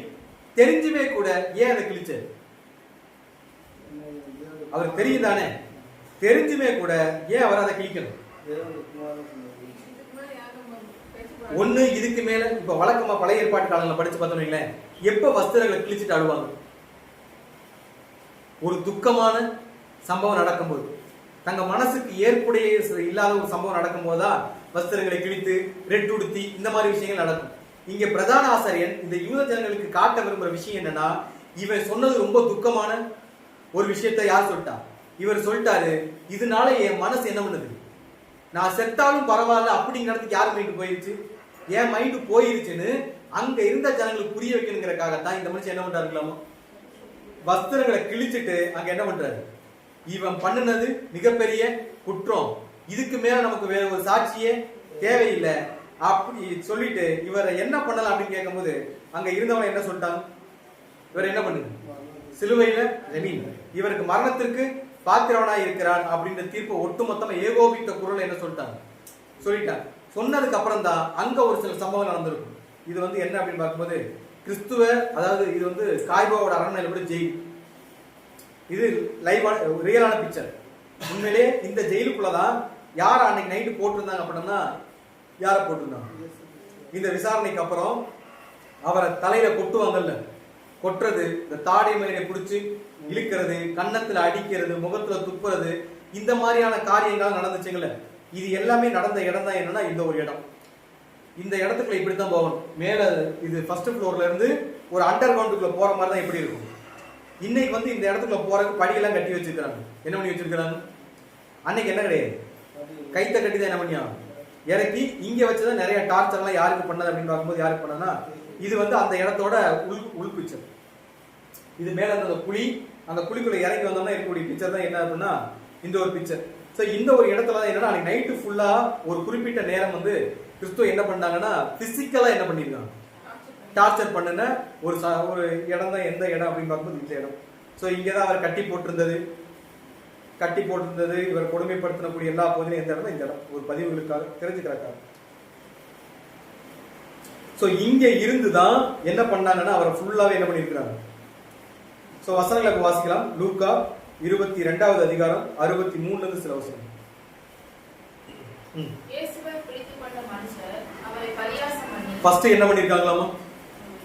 இயேசுவை பிடித்துக்கொண்ட மனுஷர் அவர் என்ன பண்ணிருக்காங்க? பரியாசம்னா அங்க இருந்தே ஆரம்பிச்சிட்டாங்க அவர் அவமானப்படுத்துறதுக்கு. நீங்கெல்லாம் நான் டீசெண்டா நீங்கன்னு சொல்றேன், அவங்க நீங்கெல்லாம் என்ன பண்ணிக்க மாட்டாங்க. நீங்கெல்லாம் பெரிய ராஜா இல்ல, நீங்க கூட்ட 10,000 பேர் பின்னாடி வருவாங்கல்ல, இப்ப யாரையாவது வர சொல்றது, கூடவே பண்ணையை சுத்திட்டு இருந்தாங்களே அவங்களையாவது வர சொல்றது, நீங்கெல்லாம் எதுக்கு ராஜான்னு ஊருக்குள்ள என்ன பண்ணிட்டு இருக்கீங்க? சோ ரொம்ப இன்சல்ட்டிங்கா யார் அங்க பேசியிருக்கிறாங்க. சோ இயேசுவை பிடித்துக் கொண்ட மனுஷர் அவரை பரியாசம் பண்ணி அடித்து என்ன பண்ணிருக்காங்களாமா? அடிச்சு அவருடைய கண்களை கட்டி அவருடைய முகத்தில் அறைந்து, உன்னை அடித்தவன் ஏன் இதெல்லாம் அவங்க பண்ணணும்? கண்ணு இல்லாத ஆளுக்கு என்ன பண்ணீங்க? கண்ணு கொடுத்தீங்கல்ல. இப்ப உங்களை அடிச்சவன் யாருன்னு மட்டும் நீங்க சொன்னா போதுன்னு சொல்லிட்டு ரொம்பவே ஒரு அவமானகரமான ஒரு லட்சையான காரியங்களை யாருக்கு பண்ணிருக்காங்க அப்படின்னு யாருக்கு பண்ணிருக்காங்க. சோ உன்னை அடித்தவன் யார் என்று அதை ஞான திருஷ்டினால் என்ன பண்ணுங்க சொல்லுங்க அப்படின்னு அவரை கேட்டதுமின்றி மற்றும் அநேக தூஷணமான வார்த்தைகளை அவருக்கு என்ன பண்ணிருக்காங்க. சோ நைட்டு ஃபுல்லா இந்த ஜெயிலுக்குள்ள போட்டு அவர் ரொம்ப டார்ச்சர் பண்ணி, ரொம்ப கொடுமைப்படுத்தி, ரொம்ப இன்சல்ட் பண்ணி, பிசிக்கலாவும் சரி மென்டலாவும் சரி யாரை அபியூஸ் பண்ணிருக்காங்க? கிறிஸ்துவ என்ன பண்ணிருக்காங்க? பயங்கரமா அவங்க அபியூஸ் பண்ணிருக்காங்க. சோ பண்ணி முடிச்சதுக்கு அப்புறம் தான் இப்ப அங்க இருந்து 2ஆம் கட்ட விசாரணை என்ன ஆயிடுச்சு. சோ இந்த 2ஆம் கட்ட விசாரணையோட முடிவு என்ன அப்படின்னு பார்க்கும்போது இந்த மனுஷன் குற்றவாளி. எதற்கு ஏதுவான குற்றம் பண்ணிருக்காருன்னா மரணத்திற்கு ஏதுவான குற்றம் பண்ணிருக்காரு. மரணத்திற்கு பாத்திரமான நபர் அப்படின்னு சொல்லி என்ன பண்ணிட்டாங்க. சோ இந்த இடத்துல நடந்த இந்த 2ஆம் கட்ட விசாரணையில அவங்க நியாயப்பிரமாணத்துக்கு விரோதமா பண்ண குற்றச்சாட்டு என்ன பார்த்தோம்னா எந்த ஒரு குற்றச்சாட்டுமே இல்லாம நடந்த விசாரணை தான் இந்த விசாரணை. 2வது ஒரு குற்றவாளியோட குற்றச்சாட்டின் அடிப்படையில அரெஸ்ட் பண்ணப்பட்ட ஒரு நபர் தான் யார் அப்படின்னா யார் அந்த குற்றவாளி. சோ நியாயப்பிரமாணத்துல ஒரு ரூல் இருக்கு. என்ன ரூல் அப்படின்னா ஒருத்த மேல ஒருத்தர் குற்றம் சாட்டுறாரு அப்படின்னா அவரோட கூட்டாளியா இருக்கக்கூடாது. என்னவா இருக்கக்கூடாது? கூட்டாளியா இருக்கக்கூடாது. அவருக்கு விரோதியா இருக்கக்கூடாது. ஆல்ரெடி குற்ற செயல்களில் ஈடுபட்டவனா இருக்கக்கூடாது. இந்த மனுஷன் யாரு? யார்? யூதாஸ் லஞ்சத்தை வாங்கிக்கிட்டு தான் யாரை காட்டி கொடுக்குறான்? உண்மையா தப்பு பண்ணியிருந்தா என்ன பண்ண வேண்டிய அவசியம் இல்லை. மறைமுகமா போய் பணத்துக்கு காட்டி கொடுக்கணுங்கிற அவசியம் இல்லை. சோ அவன் ஆல்ரெடி ஒரு குற்றம் பண்ணிட்டான். அந்த குற்றவாளியோட பேச்சை கேட்டுதான் இவரை குற்றவாளின்னு யார் முடிவு பண்ணி இருக்கிறது. இது நியாயப்பிரமாணத்தை அவங்க பிரேக் பண்ண 2வது விஷயம். 3வது பொய் சாட்சி. என்னது இல்லாம பொய் சாட்சி. அதாவது பிரதான ஆசாரியருக்கு ஒரு சில விஷயங்கள் நல்லாவே தெரியும். என்னன்னா நியாயப்பிரமாணம் யாருக்கு நல்லா தெரியும்? இதுல ஒரு வசனம் மென்ஷன் பண்ணிருக்கோம். என்ன வசனம் தெரியுதுங்களா? யாத்திராகமம் 20ஆம் அதிகாரம் 16ஆம் வசனம். அந்த வசனத்துல போய் பாத்தீங்கன்னா நீங்க யாருக்கு விரோதமா என்ன பண்ணக்கூடாது? இது 10 கட்டளைகள் இருக்கக்கூடிய அதிகாரம். 10 கட்டளை இருக்கக்கூடிய அதிகாரத்துல அதுல ஒரு கட்டளை என்னன்னா நீங்க யாருக்கு விரோதமா என்ன பண்ணக்கூடாது? பொய் சாட்சி என்ன பண்ணக்கூடாது, சொல்லக்கூடாது அப்படின்னு நியாயப்பிரமாண ரூலாவே இருக்குது. அந்த நியாயப்பிரமாண ரூலையே பிரேக் பண்ணிட்டு தான் இவங்க என்ன பண்றாங்க? சகோதரனுக்கு விரோதமா பொய் சாட்சி என்ன பண்ணிருக்காங்க? தேடி இருக்கிறாங்க அப்படின்னு பார்க்கணும். இன்னொன்னு என்னன்னா, இந்த விசாரணை எப்ப நடந்துச்சு? நைட்ல என்ன பண்ணக்கூடாது? நைட்ல சூரிய அஸ்தமனத்துக்கு அப்புறம் எந்த ஒரு விசாரணை என்ன பண்ணக்கூடாது அப்படின்றத நியாயப்பிரமாணத்தோட ரூல். அதை மீறி இவங்க நடத்தின முழு விசாரணை எப்ப நடத்திருக்கிறாங்க? நைட்ல. சோ நியாயப்பிரமாணத்தை அங்கேயும் மீறி இருக்கிறாங்க. சோ கடைசியா சொல்லணும்னா நியாயப்பிரமாணத்தின் மீறுதல் அப்படின்னு சொல்ற மாதிரி பரிசு அந்த பிரதான ஆசிரியர் கொடுக்கப்பட்ட ஒரு பிரதான கட்டளை என்னன்னா, உங்க வஸ்திரங்களை என்ன பண்ணக்கூடாது? கிழிக்க கூடாது. அதையும் இவங்க என்ன பண்ணிருப்பாங்கன்னா மீறி இருப்பாங்க. சோ நியாயப்பிரமாணத்துல கூட எல்லா கட்டளைகளையும் மீறிதான் நீ நியாயப்பிரமாணத்தை எப்படி குற்றவாளின்னு சொல்லிட்டு யாருக்கு தீர்ப்பு சொல்லியிருக்கிறாங்க? சோ தீர்ப்பு சொல்லி அவர் அடிக்கிறதுக்கும் காயப்படுத்துறதுக்கும் யார் அலோவ் பண்ணிருக்காங்க? அவங்க என்ன பண்ணிருக்காங்க? அலோவ் பண்ணிருக்காங்க. இது முடிஞ்சதுக்கு அப்புறம் இங்க இருந்து மூன்றாம் கட்ட விசாரணை என்ன ஆகுது? சோ மூன்றாம் கட்ட விசாரணை ஏன் ஸ்டார்ட் ஆகுதுன்னா, என்னதான் பிரதான ஆசாரி விசாரிச்சாலும் தீர்ப்பு சொல்றதுன்னு ஒரு இடம் இருக்குங்கல்ல, தீர்ப்பு சொல்றதுக்குன்னு ஒரு இடம் பார்த்த இடத்துல என்ன பண்ண முடியாது. இப்ப நம்ம ஊர் கிராமங்கள்ல பார்த்திருப்போம், ஒரு பிரச்சனை என்ன பஞ்சாயத்துக்குன்னு என்ன இருக்கும்? ஒரு பிளேஸ் இருக்கும். அந்த இடத்துக்கு பஞ்சாயத்து இருக்கிற இடத்துக்கு என்ன பண்ணிருங்க, எல்லாரும் வந்துருங்க, அங்க வச்சு என்ன பண்ணிக்குவோம், பேசிக்கோன்னு சொல்லுவாங்கல்ல. சோ இப்ப அந்த ஊருக்காரங்க, மூப்பர்கள், ஆலோசனை சங்கத்தார், பிரதான ஆசாரியன் எல்லாருமே என்ன சொல்லிட்டாங்கன்னா, இவர் மரணத்திற்கு பாத்திரவான் அப்படின்னு சொல்லிட்டாங்க. சொன்னதுக்கு அப்புறம் இதை ஃபைனலைஸ் பண்றதுக்காக இவங்க ஆரம்பிக்கிற விசாரணை தான் எத்தனாவது விசாரணை அப்படின்னு பார்த்தா என்ன விசாரணை? மூன்றாவது விசாரணை. சோ இந்த மூன்றாவது விசாரணை நடந்த இடம் எது அப்படின்னு பார்க்கும்போது ஆலோசனை சங்கம் அப்படின்னு சொல்லப்படக்கூடிய ஒரு இடம். இந்த இடத்துக்கு இன்னொரு பேர் என்ன பேர் தெரியுங்களா? சனகரிப் நீதிமன்றம்னு சொல்லுவாங்கல்ல. சோ அந்த இடத்துல தான் இவருக்கு நடந்த மூன்றாவது விசாரணை என்ன பண்ணிச்சுக்கலாம் நடந்துச்சு. இந்த இடத்துக்கு இன்னொரு பேர் தான் என்னன்னா யூத தலைமை சங்கம் இல்ல யூத நீதிமன்றம் அப்படின்னு வச்சுக்கோங்க. சோ இங்கதான் என்ன நடக்குது அப்படின்னு இந்த விசாரணை நடக்குது. இந்த இடத்தோட ஆர்ஜின், இந்த இடம் எப்ப ஆரம்பிக்கப்பட்டது அப்படின்னு பார்த்தோம்னா நம்ம ஒரு சில வசனம் வாசிக்கலாம். என்ன ஆகும்? 11ஆம் அதிகாரம் 16வது வசனம். அப்பொழுது கர்த்தர் மோசேயை நோக்கி, இஸ்ரவேல் ஜனங்களுக்கு மூப்பரும் தலைவருமானவர்கள் இன்னார் என்று நீ அறிந்திருக்கிறாயே, அந்த மூப்பரில் 70 பேரை கூட்டி அவர்களை ஆசரிப்பு கூடாரத்தினிடத்தில் அங்கே உன்னோட கூட வந்து நிற்கும்படி செய். சோ இங்க என்ன சம்பவம் நடக்குதுன்னா, எகிப்துல இருந்து இவங்க எல்லாம் வனாந்தரத்துல எங்க போயிட்டு இருக்கிறாங்க? கானான் போயிட்டு இருக்காங்க. நம்ம வீட்டுக்குள்ள 4 பேர் இருக்கும் போதே 1008 பிரச்சனை வருது. ரைட் தானே? அங்க எத்தனை பேர் மொத்தம் டிராவல் பண்ணிட்டு இருக்காங்க? புருஷர்கள் மாத்திரம் 6 லட்சம் பேர், ஏறக்குறைய 25 லட்சம் பேருக்கு மேல பிளஸ் புறஜாதிகள் அவங்க என்ன பண்ணிட்டு இருக்காங்க? டிராவல் பண்ணிட்டு இருக்காங்க. இந்த சூழ்நிலையில 4 பேர் இருக்கிற வீட்லயே டெய்லி பிரச்சனை வருதுன்னா அங்க எப்படி வந்துட்டு ரெகுலராகவே அங்க என்ன நடந்துட்டு இருக்கு? பிரச்சனை, கூக்குரல், ஒரே ஒரு அமளித்தனமான ஒரு சூழ்நிலை எங்க இருந்திருக்குன்னா அங்க இருந்திருக்கும். சோ டெய்லி நடக்கிறத விட இவங்களுக்கு பஞ்சாயத்து பண்றது யாருக்கு வேலையா இருக்குது? மோசேக்கு. ஏதாவது ஒரு பிரச்சனை வரும், அதை சால்வ் பண்ணணும், அப்புறம் நடக்கணும். இப்படி ஏதோ இங்க போல போடிட்டே இருக்கு. சோ இத்தனை லட்சம் பேரை யாரால ஹேண்டில் பண்ண முடியும்?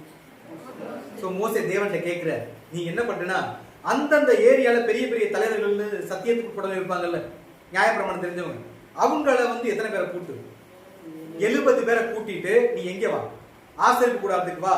நான் என்ன பண்றேன்னா அவங்களுக்கு அங்க என்ன பண்ணுவேன். சோ அப்பொழுது நான் இறங்கி வந்து அங்கே உன்னோட பேசு. நீ ஒருவன் மாத்திரம் ஜனங்களின் பாரத்தை சுமக்காமல் உன்னோட கூட அவர்களும் சுமப்பதற்காக உண்மையில் இருக்கிற ஆவியை யார் மேல வைப்பேன்? சோ அந்த ஜனங்களுக்கு மத்தியில தீர்க்க முடியாத அளவுக்கு ஒரு பிரச்சனை வந்துச்சு அப்படின்னா அந்த பிரச்சனையை தீர்க்கிறதுக்காக தேவனுடைய பரிசுத்தாவியை கொடுத்து நியமிக்கப்பட்ட 70 பேர் எங்க இருப்பாங்கன்னா இந்த நீதிமன்றத்துல இருப்பாங்க. எந்த நீதிமன்றத்துல? அந்த இடத்துக்கு பேரு தான் இந்த ஆலோசனை சங்கம். இப்படிதான் ஆரம்பிச்சிச்சு ஆரம்ப காலங்கள்ல. அப்படி ஆரம்பிச்ச ஒரு இடம் தான் இன்னைக்கு சனகரிப் நீதிமன்றம் அப்படிங்கிற மாதிரி என்ன ஆயிடுச்சு, வந்துருச்சு. இந்த ஆலோசனை சங்கத்தோட நடைமுறை என்ன அப்படின்னு பார்க்கும்போது, இந்த ஆலோசனை சங்கத்துல ஒரு வழக்கு விசாரணைக்கு வருதுன்னா குறைஞ்சது எத்தனை பேர் இருக்கணும்? வித்தவுட் பிரதான ஆசாரியர், தீர்ப்பு சொல்லக்கூடிய ஜட்ஜி இல்லாம குறைஞ்சது 3 பேர் இருக்கணும். நம்ம படிச்சிருப்போங்கல்ல, 2-3 சாட்சிகள் வராம நீங்க என்ன பண்ணக்கூடாது, ஜட்ஜ் பண்ணக்கூடாதுன்னு சொல்லியிருப்பாரு. சோ குறைஞ்சது 3 பேர் இருக்கணும். அதிகபட்சம் 70, அதாவது 73 பேர் ஏறக்குறைய இருக்கணும். எங்க இருக்கணும்? அந்த நீதிமன்றத்துல இருக்கணும். அதே மாதிரி இன்னொரு விஷயம் என்னன்னா, அந்த நீதிமன்றத்துல ஓபனிங் டைம் இருக்குல்ல, ஓபனிங் டைம் எப்படா? அந்தி பலி செலுத்தினதுக்கு அப்புறம் தான் அந்த நீதிமன்றம் என்ன பண்ணப்படும். அந்தி பலினா காலையில செலுத்துறது, அந்தி சந்தின்னு சொல்லுவாங்க. அந்தி பலிங்கிறது காலையில செலுத்துறது. அந்தினா நமக்கு தெரியும் எத்தனை மணி, அவங்களுக்கு 9 மணி, ரைட் தானே? சோ அந்தி பலி 9 மணிக்கு செலுத்துவாங்க. 9 மணிக்கு அப்புறம் தான் எந்த பில்டிங் ஓபன் ஆகும்? ஆலோசனை சங்கம் ஓப்பனே ஆகணும். அதுக்கப்புறம் தான் விசாரணை என்ன பண்ணணும், நடக்கணும். சோ ஆனா இங்க நடந்த விஷயம் என்ன அப்படின்னு பார்க்கும்போது இந்த எல்லாருமே இங்கேயும் என்ன பண்ணிருப்பாங்க. சோ இப்ப அண்ணாட்ட விசாரணை முடிஞ்சிருச்சு, அதுக்கடுத்து காய்பாக்டையும் விசாரணை முடிஞ்சு இப்ப தீர்ப்பு சொல்றதா எங்க போய் ஆகணும், நீதிமன்றத்துக்கு என்ன பண்ணி ஆகணும், போய் ஆகணும். இவங்க எத்தனை மணிக்கு போறாங்க அப்படின்னு பார்த்தோம்னா வாசிக்கலாம். லூக்கா 22வது அதிகாரம் 66வது வசனம். விடியற் காலமான போது ஜனத்தின் மூப்பரும் பிரதான ஆசாரியரும் வேதபாரகரும் கூடி வந்து தங்கள் ஆலோசனை சங்கத்தில் அவரை கொண்டு வந்து நிறுத்தி என்ன பண்ணிருக்காங்க, எத்தனை மணிக்கு போயிருக்காங்க, விடியற் காலத்திலே. என்ன ஆகல, இன்னும் விடியவே இல்லை. ஆக்சுவலா எத்தனை மணிக்கு ஓபன் பண்ணணும், 9 மணிக்கு தான் என்ன பண்ணணும், ஓபன் பண்ணணும். ஆனா இவங்க விடிய காலையிலே போயிட்டு என்ன பண்ணிட்டாங்க, அவசர அவசரமா கதவை திறந்து அவசர அவசரமா ஆளுங்களை எல்லாம் கூப்பிட்டு எல்லாரையும் கூப்பிட்டாங்களா அப்படின்னு கேட்டா அதுக்கும் தெளிவான அதுக்கு ஒரு சில புரிதல்லாம் இருக்கு.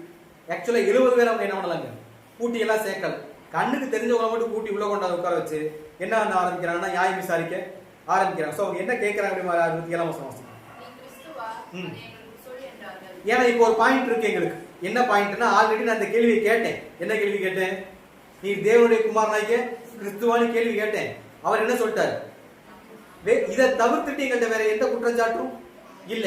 ஒரு யூதனா இருக்கிறவன் லேவியர்களுக்கு அதிகாரத்தை என்ன பண்ண போறாரு, பறிக்க போறாரு அப்படிங்கிற ஆதங்கத்தை தவிர எங்கள்கிட்ட வேற எந்த குற்றச்சாட்டுமே இல்ல. அதனால இப்ப அதை வச்சு யார காரணம் பண்ண ஆரம்பிக்கிறாங்க, வந்த உடனே வேற எந்த கேள்வியும் கேட்கல. நீ கிறிஸ்துவா, அது எங்களுக்கு ஏன் கிறிஸ்துவான்னு கேள்வி கேட்கணும், இயேசுவான்னு கேட்டிருக்கலாம், ஏன் கிறிஸ்துவான்னு கேள்வி கேட்கணும். சரி, கிறிஸ்துவனா என்ன அர்த்தம், கிறிஸ்துவனா என்ன அர்த்தம், அபிஷேகம். யாருக்கு படுத்து அபிஷேகம் பண்ணுவாங்க,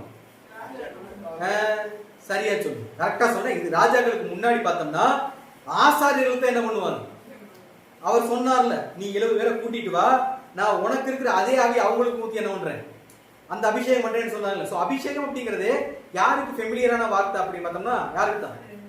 இப்ப அவங்க கேட்கிறாங்க, இன்விசுவலா கேட்கறா, நீ ஆசாரிய முறைப்படி அபிஷேகம் பண்ணப்பட்டவனா அப்படிங்கிற மாதிரி ஒரு டோன்ல தான் அவங்க என்ன கேட்கறாங்கன்னா, நீ கிறிஸ்துவா அப்படின்னு கேட்கறாங்க. கேட்டதுக்கு அவர் என்ன சொல்றாரு அப்படின்னு பார்க்கும்போது என்ன சொன்னாரு, ஆமா நான் அதை சொன்னாலும் நீங்க என்ன பண்ண மாட்டீங்க. அவர் ஆசாரியன ஒரு கேள்வி நம்மள்ட்ட நம்ம சொல்லுவோம், நம்ம என்ன சொல்லுவோம், ஆமா சொல்லுவோம், என்ன சொல்லுவோம். நம்ம எபிரேயர்ல படிச்சிருப்போம், அவர் எந்த முறையின்படி பிரதான ஆசாரியர்,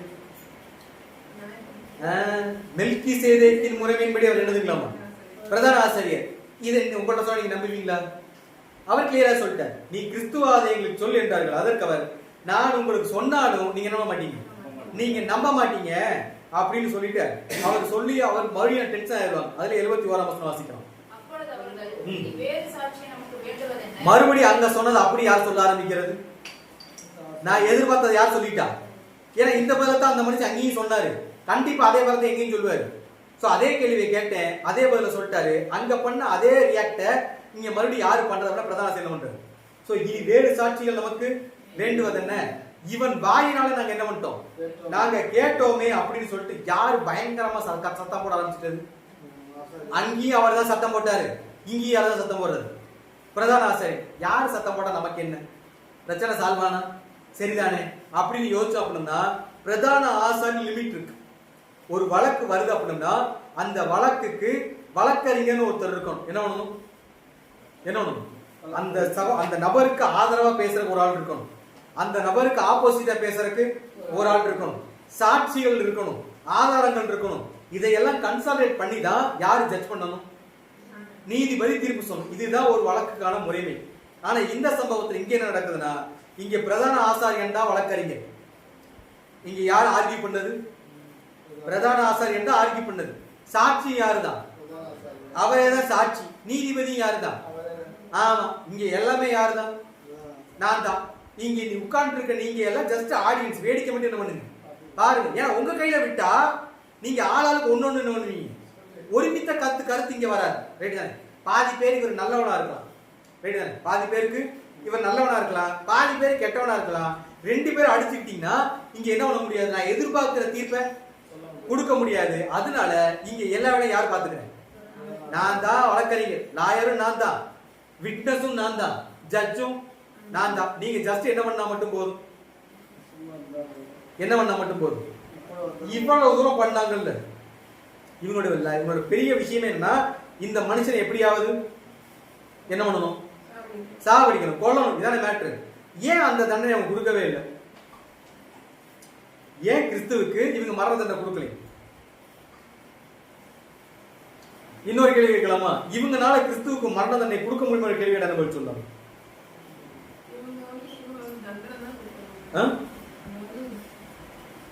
தண்டனை கொடுக்கவே முடியாதுங்க. ஒரு சில எக்ஸாம்பிள்ஸ். யோவான்ல ஒரு விபச்சாரிய ஒரு பொண்ணை கண்டுபிடிப்பாங்க. அவளை எல்லாரும் கல்லறிஞ்சு கொள்றதுக்கு என்ன ஆவாங்க? அப்படின்னா இவங்களுக்கு என்ன ரைட்ஸ் இருக்கு? கொல்றதுக்கு ரைட்ஸ் இருக்கு. இன்னொரு சம்பவம், பவுல் போதகம் பண்ணுவார். அப்பவும் இவங்க தான் போய் என்ன பண்ணுவாங்க? கல்லறிஞ்சு செத்துட்டாருன்னு நினைச்சு என்ன பண்ணுவாங்க? அப்படின்னா இவங்களுக்கு என்ன ரைட்ஸ் இருக்கு? கொல்றதுக்கு. இன்னொரு எக்ஸாம்பிள், ஸ்தேவான் இருக்கிறார். ஸ்தேவானை கொண்டது யாரு தான்? அந்த ஸ்தேவான் ஹிஸ்டரி படிச்சிருப்போம்ல. ஸ்தேவான் எங்க தான் போய் நின்று பேசுவார்? இங்கதான் பேசுவார். இந்த கோர்ட்ல தான் போய் பேசுவார். கோர்ட்ல பேசுறதை கேட்டுட்டு ரொம்ப டென்ஷன் ஆகிதான் இவனை என்ன பண்ணுங்க, தூக்கி கொல்லுங்கன்னு சொல்லிடுவாங்க. அவரை என்ன பண்ணுவாங்க? கல்லால் அடிச்சு. சோ கொல்றதுக்கான ரைட்ஸ் யார்கிட்ட இருக்கு? இவங்கள்ட்ட இருக்கு. சோ அந்த ரைட்ஸ் இருந்தும் இவங்க ஏன் டைரக்டா கிறிஸ்துவுக்கு மரண தண்டனை கொடுக்கல அப்படின்னு ஒரு கேள்வி கேட்டோம் அப்படின்னு பார்த்தோம்னா, சோ இவங்களுக்கு எல்லா உரிமைகளும் இருந்துமே கூட, ஆனா இவங்க என்ன பண்ணல? கிறிஸ்துவுக்கு என்ன பண்ணல? மரண தண்டனை என்ன பண்ணல? கொடுக்கல. ஏன் கொடுக்கல அப்படின்னு கேட்டோம்னா, இவங்களுக்கு குற்றச்சாட்டுங்கிறது யார் பேர்ல இல்ல. இவங்க ஒரு கம்ப்ளைண்ட் வைக்கிறாங்கல்ல, இந்த கம்ப்ளைண்ட வெளி உலகத்துல போய் சொன்னோம்னா யாராவது ஒத்துக்குவாங்க? இருந்தா இருந்துட்டு போட்டும், தேவனுடைய பையனை சொன்ன அவ்வளவுதானே, அதுல ஏதாவது நஷ்டம் இருக்கா அவங்களுக்கு அப்படின்னு இவங்களுக்கு ஆப்போசிட்டா பேசுறதுக்கும் வாய்ப்பு இருக்கு. சோ இவருக்கு குற்றச்சாட்டுமே கிடையாது. குற்றச்சாட்டுக்கு ஏற்ற சாட்சி இருக்கான்னு கேட்டோம்னா அதுவும் கிடையாது. சாட்சியை ப்ரூவ் பண்றதுக்கு ஆதாரம் இருக்கான்னு கேட்டோம்னா அதுவும் கிடையாது. இது எதுவுமே இல்லாம இந்த மனுஷனை நம்ம கொலை பண்ணிட்டா அப்படின்னா, நாளைக்கு உண்மை தெரிஞ்சுன்னு வைங்களேன், இவரை ஃபேக்காதான் கொன்னோம் அப்படின்னு சொல்லிட்டு நாளைக்கு உண்மை தெரிஞ்சிருச்சுன்னா அதனால வரக்கூடிய பழிச்சொல் யாருக்கு வந்துடும்? யாருக்கு வந்துடும்? எங்களுக்கு வந்துடும். நீங்க தானே அந்த மனுஷனை பொய் சொல்லி கொன்னீங்க அப்படின்னு சொல்லிட்டா எங்க மேல ஒரு பழி வந்துடும். அதே மாதிரி இவ்வளவு நாள் நாங்க கட்டி காப்பாத்தின கௌரவம், எங்களுடைய கனம், எங்களுடைய நல்ல பேரு, இது எல்லாமே என்ன ஆயிடும்? கெட்டு போயிருங்கிற பயம் யாருக்கு அங்க இருந்துச்சு? அவங்களுக்கு அங்க இருந்ததுனாலதான் இந்த குற்றச்சாட்டை இவங்க இங்க இருந்து யாரு கொண்டு போயிட்டாங்க? யாரு கொண்டு போயிட்டாங்க? பிளாத்துக்கிட்ட கொண்டு போயிருவாங்க. சோ மூன்றாம் கட்ட விசாரணை இங்க இதோட என்ன ஆகுது? முடியுது. சோ மூன்றாம் கட்ட விசாரணையில அவங்க பண்ணின தவறுகள் என்ன அப்படின்னு பார்க்கும்போது, இந்த விசாரணை எப்ப நடந்த விசாரணை? எப்ப நடந்த விசாரணை? நைட்டு நடந்த விசாரணை. நைட் என்ன பண்ணக்கூடாது? விசாரிக்கவே கூடாது அப்படிங்கறதை அவங்க என்ன பண்ணாங்க? ஃபர்ஸ்ட் பிரேக் பண்ணாங்க. ரெண்டாவது, நீதிபதியே இறங்கி வந்து லாயரா என்ன பண்ணார்? மாறி சாட்சியாளரும் அவரே மாறினார். அதையும் நம்ம என்ன பண்ணக்கூடாது. ரெண்டாவது, தீர்ப்புக்கு முன்னாடி ஒரு வாக்கெடுப்பு நடத்தணும். என்ன நடத்தணும்? ஒரு சகோதரன் மேல மரண தண்டனை விதிக்கப்பட்டுருச்சு அப்படின்னா அன்னைக்கே தீர்ப்பு என்ன பண்ணக்கூடாது? குற்றங்களை நிரூபிச்சிருவாங்க. இப்ப நம்ம ஊர்ல பாத்திருக்கீங்களா, கோர்ட்ல எல்லா வாதாடி முடிச்சதுக்கு அப்புறம் 2 நாள் கழிச்சு நாங்க என்ன பண்றோம்? இன்னும் 2 நாள் கழிச்சு வாய்தா கூட்டுறோம்னு சொல்லுவாங்கல்ல. அதே மாதிரி அங்கேயும் என்ன ரூல் அப்படின்னா, உடனே என்ன பண்ணக்கூடாது? மரண தண்டனை பாத்திரம் தான், ஆனா 2 நாள் கழிச்சு நாங்க என்ன பண்றோம்? தீர்ப்பு சொல்றோங்கிற மாதிரி தான் சொல்லணும். இந்த 2 நாள் அவங்க என்ன பண்ணணும்னா, அந்த நீதிமன்றத்துக்கு சார்ந்தவங்க இருப்பாங்கல்ல, அவங்க எல்லாம் என்ன பண்ணணும்னா லைட் ஃபுட் சாப்பிடணுமா? லைட் ஃபுட்னா என்னது? ஹார்டா சாப்பிடக்கூடாது, சும்மா லைட்டான ஃபுட். ஏன் ஹார்டா சாப்பிடக்கூடாது? செரிமானத்துக்கு. ஃபுட்டுக்கும் எமோஷனுக்கும் ஒரு கனெக்ட் இருக்கு, ரைட்டு தானே? இப்ப என் மேல உங்களுக்கு ஒரு மாற்று கருத்து இருக்கு. நீங்க எனக்கு சண்டை போட வீட்டுக்கு வரீங்க, வந்த உடனே உங்களுக்கு ஒரு தண்ணியை கொடுத்து ஒரு ஜூஸை கொடுத்து வாங்குறது சாப்பிடுங்க அப்படின்னு சொல்லிட்டேன்னா நீங்க வந்த மைண்ட் செட்ல இருப்பீங்களா? இன்னும் என்னவா இருப்போம்? கொஞ்சம் தனிஞ்சிருப்போம், ரைட் தானே? என்னை அடிக்கணும்னு வந்தவர் சரி பேசிட்டு போயிடலாம், சரி பேசி புரிய வச்சுக்கலாம் அப்படிங்கிறதுக்கு என்ன ஆயிருக்கும்? ஸோ ஃபுட்டுக்கும் மனுஷனோட எமோஷனுக்கு என்ன இருக்குதுங்களா? ஒரு கனெக்ட் இருக்கு. ஸோ நீங்க ரொம்ப ஹாப்பியா இந்த 2 நாளை செலிப்ரேட் பண்ணீங்கன்னா, ஒருவேளை இந்த குற்றவாளிக்கு சாதகமா நீங்க என்ன பண்ண வாய்ப்பு இருக்கு? ஸோ நீங்க மியூச்சுவலா இருக்கணும்னா உங்க பிசிக்கலி எப்படி தான் இருக்கணும்? ரொம்ப மியூச்சுவலா இருக்கனால 2 நாளைக்கு நீங்க என்ன ஃபுட் எடுத்துக்கூடாது? ரொம்ப ஹார்டான ஃபுட் எடுத்துக்கூடாது. எடுத்துக்காம லைட் ஃபுட் சாப்பிட்டு நீங்க அரண்மனைக்கு எங்கே வரணும்? ஐ மீன் நீதிமன்றத்துக்கு வரணும். நீதிமன்றத்துக்கு வந்ததுக்கு அப்புறம் அந்த ஜட்ஜு வந்து எல்லார்ட்டையும் கேள்வி கேட்பார். எல்லார்ட்டையும்னா அங்க இருந்து சின்ன வயசுல இருந்து அனுபவம் கம்மியான கேரக்டர் இருப்பாங்கல்ல, அவங்கள்ட்ட இருந்து முதிர்ச்சியான நபர்கள் வரைக்கும் ரிவர்ஸ் ஆர்டர்ல கேள்வி கேட்பாரு. ஏன் ரிவர்ஸ் ஆர்டர்ல? இப்ப இங்க நம்ம இத்தனை பேர் இருக்கோம், இங்க ஒரு 10 பேர் இருக்கோம், ரைட் தானே? இப்போ ஒரு நபர் இங்க குற்றம் சாட்டப்பட்டிருக்கிறார். இப்போ உங்களுக்கு ஒரு நாலேஜ் இருக்கும் அவரை குறித்து, பிரதருக்கு ஒரு நாலேஜ் இருக்கும் அவரை குறித்து. இப்ப நான் எடுத்தோடனே உங்கள்கிட்ட கேள்வி கேட்கிறேன், நீங்க அவர் என்ன பண்ணுங்க, கொல்லுங்கன்னு சொல்லிட்டீங்க, ரைட் தானே? இப்ப அப்படியே 70 பேர்ட்ட கேட்டே வரும், எல்லாரும் என்ன சொல்றோம், கொல்லுங்க கொல்லுங்க. ஆனா இவருக்கு மட்டும் டிஃபரெண்டா ஒப்பீனியன் இருக்கு. அந்த மனுஷன் அப்படி ஒண்ணு குற்றமெல்லாம் பண்ணலைங்க அப்படின்னு ஒப்பீனியன் இருந்து இவர் அந்த ஒப்பீனியனை சொல்லுவாரான்னு கேட்கிறேன். இப்ப சொல்லுவாரா? ஏன்னா 70 பேர் சைக்காலஜிக்கலா ஒரு விஷயம் அப்ளை பண்ணுவாங்க. நோட்டீஸ் பண்ணிருப்பீங்களா? சோசியல் மீடியால பாத்தீங்கன்னா தெரியும். ஒரு இடத்துல போயிட்டு ஒரு ரூம்ல உட்காந்துருக்கும் ஒரு 100 பேர். அந்த 100 பேர்ல 99 பேர் அந்த ரூமை சேர்ந்தவங்க. எத்தனை எங்க எதை சேர்ந்தவங்க? அந்த கிளாஸை சேர்ந்தவங்க. ஒருத்தர் மட்டும் புதுசா அன்னைக்கு என்ன பண்ணிருப்பாரு, வந்திருப்பார். இப்ப அந்த மாஸ்டர் போர்ட்ல எழுதுவார் 1 + 1 = 3 அப்படின்னு போடுவார். என்ன போடுவார்? 1 + 1 = 3. அந்த ஒரு ஆளுக்கு நல்லாவே தெரியும் என்னது 1 + 1 3 இல்லைங்க, அது 2 தான். யாருக்கு நல்லா தெரியும்? இப்ப மாஸ்டர் என்ன பண்ணா லாஸ்ட் பெஞ்ச்ல இருந்து ஆரம்பிக்கிறார். ரைட்டா ரைட்டா ரைட்டான்னு கேட்கும்போது 1 + 1 3 3 எல்லாருமே சொல்லிட்டே இருக்கிறாங்க. 99 பேர் 1 + 1 என்னதான் 3 தான் சொல்லிட்டாங்க. அப்படின்னா கடைசி ஆளு, ஆனா அவருக்கு என்ன தெரியும்? 1 + 1 2 தான் நல்லாவே தெரியும். ஆனா அவர் என்ன பண்ண மாட்டாராமா, 2ன்னு சொல்ல மாட்டார். ஏன்னா 99 பேர் 3ன்னு சொன்னா ஒருவேளை நமக்கு தெரியாம இருக்குமோ என்னமோ, நம்மளும் என்ன சொல்லிட்டு போயிருவோம், 3னே சொல்லிட்டு போயிருவோம் அப்படின்னு அவர் என்னதான் சொல்லுவார். சோ இந்த நடைமுறை அங்க நடக்கக்கூடாதுக்காக இந்த சனகர் நீதிமன்றத்தில் ரூல் என்னன்னா, சின்ன வயசுல இருந்து ஆரம்பிப்பாங்களாம்.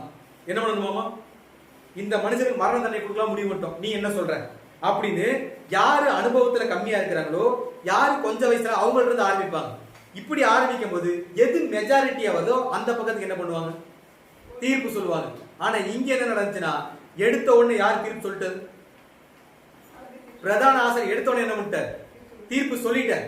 சோ இந்த வாக்கெடுப்பு முறையில் எங்க நடத்தப்படல, அங்க நடத்தப்படல. தண்டனைக்கான முகாந்தரமும் இல்ல, தண்டனைக்கான கால அவகாசம் இல்லாம அந்த விசாரணை அங்க என்ன பண்ணப்பட்டுச்சு, முழுக்க முழுக்க தவறான ஒரு விசாரணை நடந்து அது முடிஞ்சு. இப்ப அதுக்கப்புறம் இந்த மனுஷனை நம்ம கொன்னோம்னா நாளைக்கு இந்த மனுஷன் ரத்தப்படி யாருக்கு வந்துடும், நம்மளுக்கு வந்துடும். நம்ம பேரு கெட்டு போயிடும், நம்மளுடைய கனம் மகிமை மரியாதை என்ன எல்லாமே போயிடும். இது அப்படியே யார்கிட்ட கொண்டு போய் விட்டுருவோம், பிளாத்துக்கிட்ட கொண்டு போய் விட்டுருவோம்னு ஆரம்பிச்ச விசாரணை தான் எத்தனாவது விசாரணை அப்படின்னு பார்க்கும், எத்தனாவது விசாரணை, 4வது விசாரணை. சோ 4வது விசாரணையில இருந்து இவங்க என்னெல்லாம் பண்ணுனாங்க, என்னெல்லாம் ஆச்சு அப்படிங்கறத நம்ம லஞ்சுக்கு அப்புறம் என்ன பண்ணணும், கண்டினியூ பண்ணலாம். ரைட்டுங்களா? சோ சின்ன பிரேக் எடுத்துக்கலாம். பிரேக் முடிச்சுட்டு நம்ம மறுபடியும் இதுக்கப்புறம் என்ன நடந்துச்சு அப்படிங்கறதை வாசிக்கலாம். தேவன் தாமே இந்த வாக்கில ஆசீர்வாதமா இருக்கிறார்.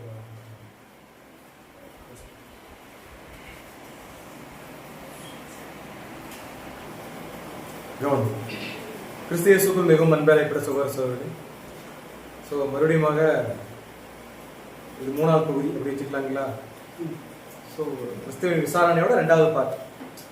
முதல் 3 பார்ட் பார்த்தோம், ரைட்டுங்களா? என்னென்ன பார்ட்டு?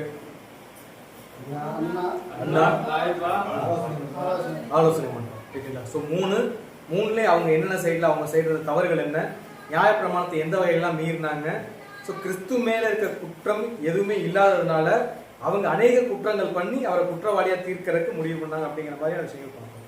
ஸோ இப்போ ஃபைனலா அவர் தான் குற்றவாளின்னு யாரும் முடிவு பண்ணிட்டதுன்னா, அண்ணா முடிவு பண்ணிட்டாரு, அதுக்கப்புறம் காய்பா முடிவு பண்ணிட்டாரு, அதுக்கப்புறம் ஆலோசனை சங்கம் சனகர் நீதிமன்றம் என்ன பண்ணிட்டாங்க, முடிவு பண்ணிட்டாங்க. இருந்தாலும் அவர் தான் குற்றவாளி முடிவு பண்ணி அவருக்கு மரண தண்டனை கொடுத்தா எங்க நம்ம லைஃப் சிக்கலாயிருமோன்றதுனால இப்ப அந்த வழக்கு நேரடியாக எங்க போகுது அப்படின்னா 4ஆம் கட்ட விசாரணையாக பிளாத்துக்கிட்ட போகுது. யார்கிட்ட போகுது? ஸோ பிளாத்துக்கிட்ட போய் அதுக்கப்புறம் என்ன நடந்துச்சு அப்படிங்கிறத நம்ம கண்டினியூஸ் வந்து வாசிக்கலாம். ஸோ வசனம் வாசிக்கலாம். லூக்கா 23வது அதிகாரம் 1வது வசனம்.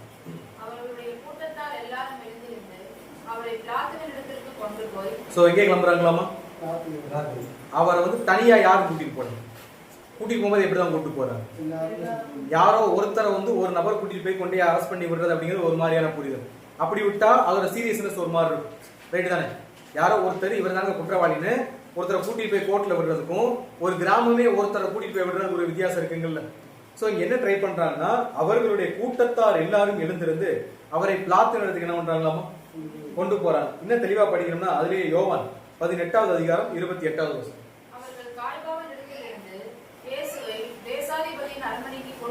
போனார்கள். அப்பொழுது விடியற்காலமாய் இருந்தது. தீட்டுப்படாமல் பஸ்காவை புசிக்கத்தக்கதாக அவர்கள் தேசாதிபதியின் அரண்மனைக்குள் பிரவேசியாதிருந்தார்கள். சோ இந்த சீனரி வந்து ஒரு இன்ட்ரெஸ்டிங்கான சீனரி. அதான் என்னன்னா, அன்னைக்கு அடுத்து என்ன ஸ்டார்ட் ஆக போகுது? பஸ்கா ஸ்டார்ட் ஆக போகுது. பஸ்காவை தீட்டுப்படாம புசிக்கணும் அப்படிங்கறக்காக எதுக்குள்ள என்டர் ஆகலீங்களாமா?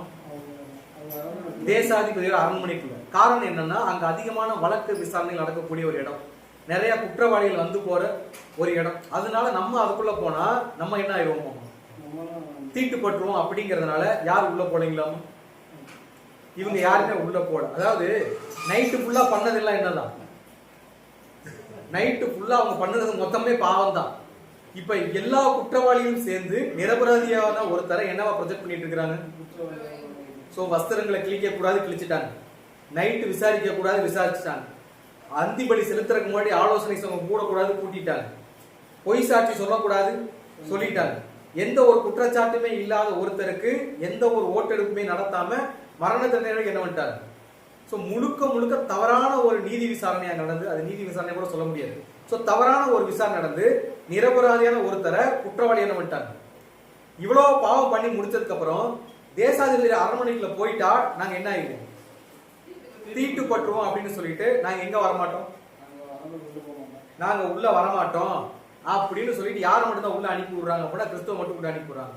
சோ உள்ள போனாலும் பிளாத்து கேட்கிறாரு, என்னப்பா எல்லாரும் உங்க மேல நிறைய குற்றச்சாட்டு வைக்கிறாங்களே, இதுக்கு என்ன சொல்ற அப்படின்னு கேட்டோம்னா வழக்கம் போல என்ன பண்ணல, எந்த பதிலுமே சொல்லவே இல்லை. இவருக்கு இவர் மேல எந்த ஒரு கம்ப்ளைண்ட் இருக்கிற மாதிரி தெரியல. உடனே பிளாத் வெளியே வர வந்து என்ன கேட்கிறாருன்னா, அதே 30ஆம் வசனம்.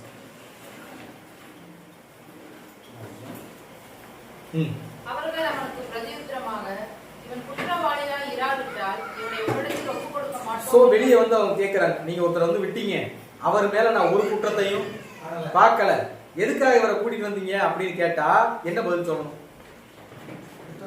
ஒருத்தர் அரெஸ்ட் பண்ணி கொண்டு வந்திருக்கோம், ரைட்டு தானே, கோர்ட்ல சப்மிட் பண்ணிட்டோம், எதுக்கு இவனை கோர்ட்ல ஆஜர் பண்றீங்கன்னு கேள்வி கேட்டா போலீஸ் என்ன சொல்லணும்? இந்த மாதிரி தப்பு பண்ணிருக்காங்க, இந்த ஆருக்கு சார்ஜ், இந்த ஆருக்கு ஆதாரம், இந்த ஆருக்கு நாங்க விசாரிச்ச ஃபைல் இதெல்லாம் இருக்குன்னு சொல்லி கொடுக்கணும். இதுதானே முறை. இவங்க என்ன பண்றாங்கன்னா யார்கிட்ட திருப்பி கேள்வி கேட்கிறாங்க? பிளாத்துக்கிட்டே. அவங்க என்ன சொல்றாங்கன்னா, இவன் குற்றவாளியா இராவிட்டால் நாங்க என்ன பண்ணிருக்க மாட்டோம், உங்கள்ட்ட என்ன பண்ணிருக்க மாட்டோம், கொண்டு வந்து கொடுத்துருக்க மாட்டோமே அப்படின்னு யார்கிட்ட திருப்பி அவங்க பதில் சொல்றாங்க? கடைசி வரைக்கும் என்ன சொல்லலை, என்ன தப்பு பண்ணாருன்னு அவர் என்ன பண்ணவே இல்லை, சொல்லவே இல்லை. சரி ரைட் ஓகே, மறுபடியும் உள்ள போறாரு. யாரு? பிளாத் உள்ள போயிட்டு கிறிஸ்துவிட்ட கேட்கிறார். மத்தேயு 27ஆம் அதிகாரம் 11ஆம் வசனம்.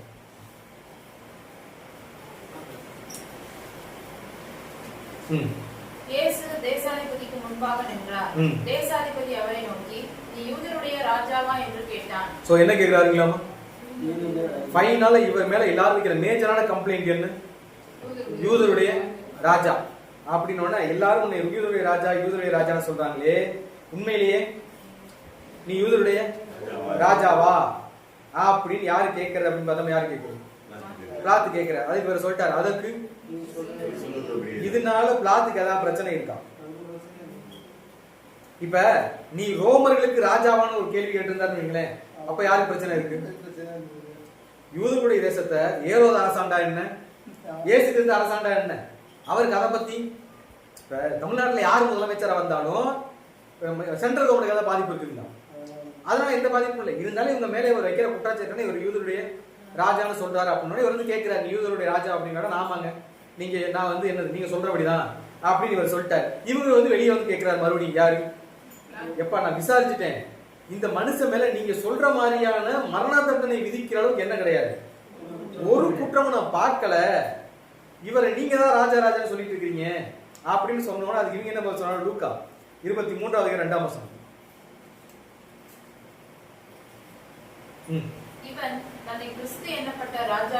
என்ன சொல்ல ஆரம்பிக்கிறாங்களா? முதலே சொல்லிட்டோம், என்ன எண்ணப்பட்ட ராஜா? கிறிஸ்துனா அவனை ராஜாவா அவர் என்ன பண்ணிட்டாங்களாம்? அபிஷேகம் பண்ணிட்டாங்கன்னு யார் சொல்லிட்டு இருக்காரு? அது என்ன, அதாவது சொல்லுங்க, ஃபியூச்சர் ராஜா இல்ல, லிட்டரலாவே அவர் இப்ப என்னதாங்களாம்? சோ கிறிஸ்து எனப்பட்ட ராஜா என்றும் ராயருக்கு வரி கொடுக்க இவ்வளவு நேரம் வரைக்கும் இவர் மேல வச்ச குற்றச்சாட்டு என்னது? இவர்களே அவர் மேல வச்ச யூதருக்கு ராஜா அப்படிங்கிற ஒரு குற்றச்சாட்டு மட்டும்தான், வேற குற்றச்சாட்டே கிடையாது. இங்க வந்ததுக்கு அப்புறம் அந்த குற்றச்சாட்டு அப்படி என்ன பண்ணிட்டாங்க? யார் மாத்தி சொல்லிட்டு இருக்கிறது? எல்லாருக்கும் பொய்யே சொல்லக்கூடாதுன்னு கத்து கொடுத்த, பொய் சாட்சி சொல்லக்கூடாதுன்னு கத்து கொடுத்த அந்த பிரதான ஆசாரியன் தான் இங்க வந்து நின்று என்ன சொல்றாருன்னா, கிறிஸ்து எனப்பட்ட ராஜா என்றும் ராயருக்கு வரி கொடுக்க வேண்டுவதில்லை என்றும் சொல்லி ஜனங்களை கலகப்படுத்த நாங்க என்ன பண்ணோம்? நாங்க பார்த்தோம். இவர் என்ன பண்ணாரு? ராயருக்கு என்ன பண்ண வேண்டாம். ஏன்னா இந்த கம்ப்ளைண்ட் மட்டும் சொன்னா இது யூதர் பிரச்சனை, இது யார் பிரச்சனை கிடையாது, ரோம பிரச்சனை கிடையாது அப்படின்னு சொல்லிட்டு எங்க பிளாத்து ஒதுங்கினாலும் ஒதுங்கிடுவாருன்னு சொல்லிட்டு இப்ப உள்ளுக்குள்ள யாரை இழுத்து விடுறாங்க? ரோமன் கவர்மெண்ட் இழுத்து விடுறாங்க. இவன் எங்களுக்கு மட்டும் துரோகம் பண்ணலைங்க, இவர் என்ன பண்ணி இருக்கிறாருன்னா உங்களுக்கும் என்ன பண்ண வேணாம்னு சொன்னாரு, ராயருக்கும் யாரும் வரி கொடுக்க வேணாம்னு சொல்றத நாங்க சொல்லி அவர் என்ன பண்ணாருங்களாமா சொன்னாருன்னு சொல்லி கலகத்தை உண்டு பண்ணாரு. இதை நாங்க என்ன பண்ணோம்? நாங்க பார்த்தோம்னு சொல்லிட்டு மொத்தமா குரூப்பா சேர்ந்து அவர் மேல என்ன பண்றாங்களாமா குற்றம் சாட்ட தொடங்குறாங்க. மறுபடியும் அவர் கேட்கிறார், இந்த மாதிரி உன்ட்ட மறுபடியும் மேல சொல்றாங்கப்பா, உண்மையிலேயே நீ யூதருக்கு ராஜாவா அப்படின்னு சொல்றாரு. வழக்கம் கூட இயேசு என்ன பண்ணலை, ஆமான்னு சொல்லிட்டு அமைதி ஆயிட்டார். இவரும் என்ன மூலம் கேட்டு பார்க்கிறார், யார் பதில் சொல்லி. சோ பிரார்த்தனை என்ன சொல்லணும்? மத்திய 27:13.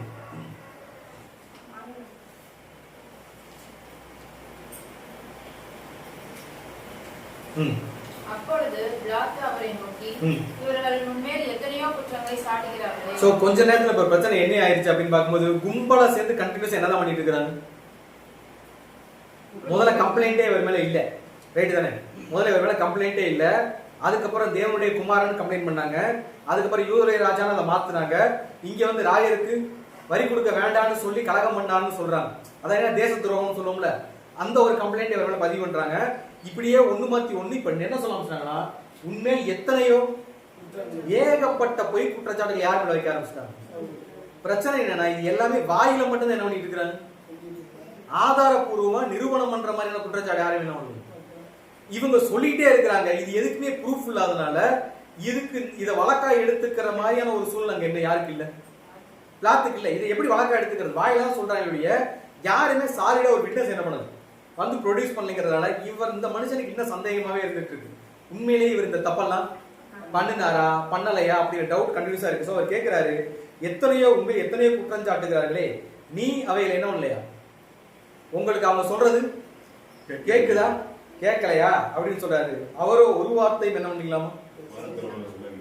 அவருக்கு என்ன பண்ண மார்த்துல எதுவுமே சொல்லல. அவர் பாட்டுக்கு அப்படியே நிக்கிறார். யார் மட்டும் தான் பேசிட்டே இருக்கிறது? பிளாத்து மட்டும் தான் பேசிட்டு. ஏன் கிறிஸ்து எந்த பதிலுமே சொல்லவே இல்லை? நம்ம முதல்ல ஒரு விஷயம் நோட்டீஸ் பண்ணுவோம். பிரதான ஆசாரியன்ட்டு அவர் பேசினார் அப்படின்னா அவங்களால இவருக்கு என்ன பண்ண முடியாது? ஒண்ணுமே பண்ண முடியாது. தண்டனை என்ன பண்ண முடியாது. அங்க பேசினா பேசிக்கிட்டே இருக்க வேண்டியது முடியாது. அடுத்த ஸ்டேஜுக்கு என்ன பண்ண இந்த பிரச்சனை போகாது. இங்க பேசினார்னு வைங்களேன், என்ன ஆகும்? ரிலீஸ் பண்ணி விட்டுருவாரு. ஏன்னா பிளாத்தோட இன்டென்ஷன் என்னன்னா, இந்த மனுஷன் மேல என்ன இல்ல, ஒரு குற்றத்தையும் நான் காணேன். இவர் ஏதாவது ஒரு பதில் சொல்லிட்டாலே அது யாருக்கு போதும்? பிளாத்துக்கு போதும். ரிலீஸ் பண்ணி விட்டு போயிடுவாரு. ஆனா இப்ப கிறிஸ்துவோட மென்டாலிட்டி என்னன்னா, இப்ப ரிலீஸ் ஆகணுமா இல்ல மரணத்துக்குள்ள போகணுமா? மரணத்துக்குள்ள. சோ இங்க அவர் என்ன பண்ணவே இல்லை, எந்த ஒரு பதிலும் யாரும் சொல்லவே இல்லை. அவர் சொல்லவே இல்லை. பிளாத்து மட்டும் கேட்டே இருக்கிறாரு. ஆனா இவர்கிட்ட இருந்து எந்த ஒரு ரெஸ்பான்ஸும் வரல. இவர்கிட்ட இருந்து ரெஸ்பான்ஸ் வரல அப்படிங்கிற ஒரு புரிதல். வெளியே இருந்து எந்த ஒரு விட்னஸும், எல்லா கூட்டத்தோட சேர்ந்து கத்துறாங்க. தனிப்பட்டு ஒருத்தர் வந்து இதை நான் பண்ணாருங்க, நான் பார்த்தேங்க அப்படின்னு சொல்றாங்க. அங்க என்னன்னு அங்க யாருமே இல்லை. வெளியே ஒரு கலவரம் மட்டும்தான் வெடிக்கிற மாதிரியான சூழ்நிலை. உடனே பிளாத் மறுபடியும் வெளியே வர, நான் விசாரிச்சேன், எனக்கு இவர் மேல ஒரு குற்றத்தையும் காணும். நீங்க என்ன இவர் மேல கம்ப்ளைண்ட் வைக்கிறீங்கன்னா, இந்த மனுஷன் யூதருக்கு ராஜான்னா, அப்ப எனக்கு இவருக்கு என்ன கிடையாது, எந்த பிரச்சனையும் கிடையாது. இது வந்து உங்களுக்கு ஒன்றும் புதுசான பிரச்சனைலாம் இல்லை. இது மாதிரி பிரச்சனைக்கு முன்னாடி நீங்க என்ன பண்ணிருக்கீங்க, பார்த்திருக்கீங்க. நீங்க என்ன பண்றீங்க அப்படின்னா, யோவான் 18:31. அப்பொழுது பிலாத்து அவர்களை நோக்கி, இவனை நீங்களே கொண்டு போய் உங்கள் நியாயப்பிரமாணத்தின்படி நியாயம் தீருங்கள் என்றார். என்ன சொல்லிட்டாங்களாமா?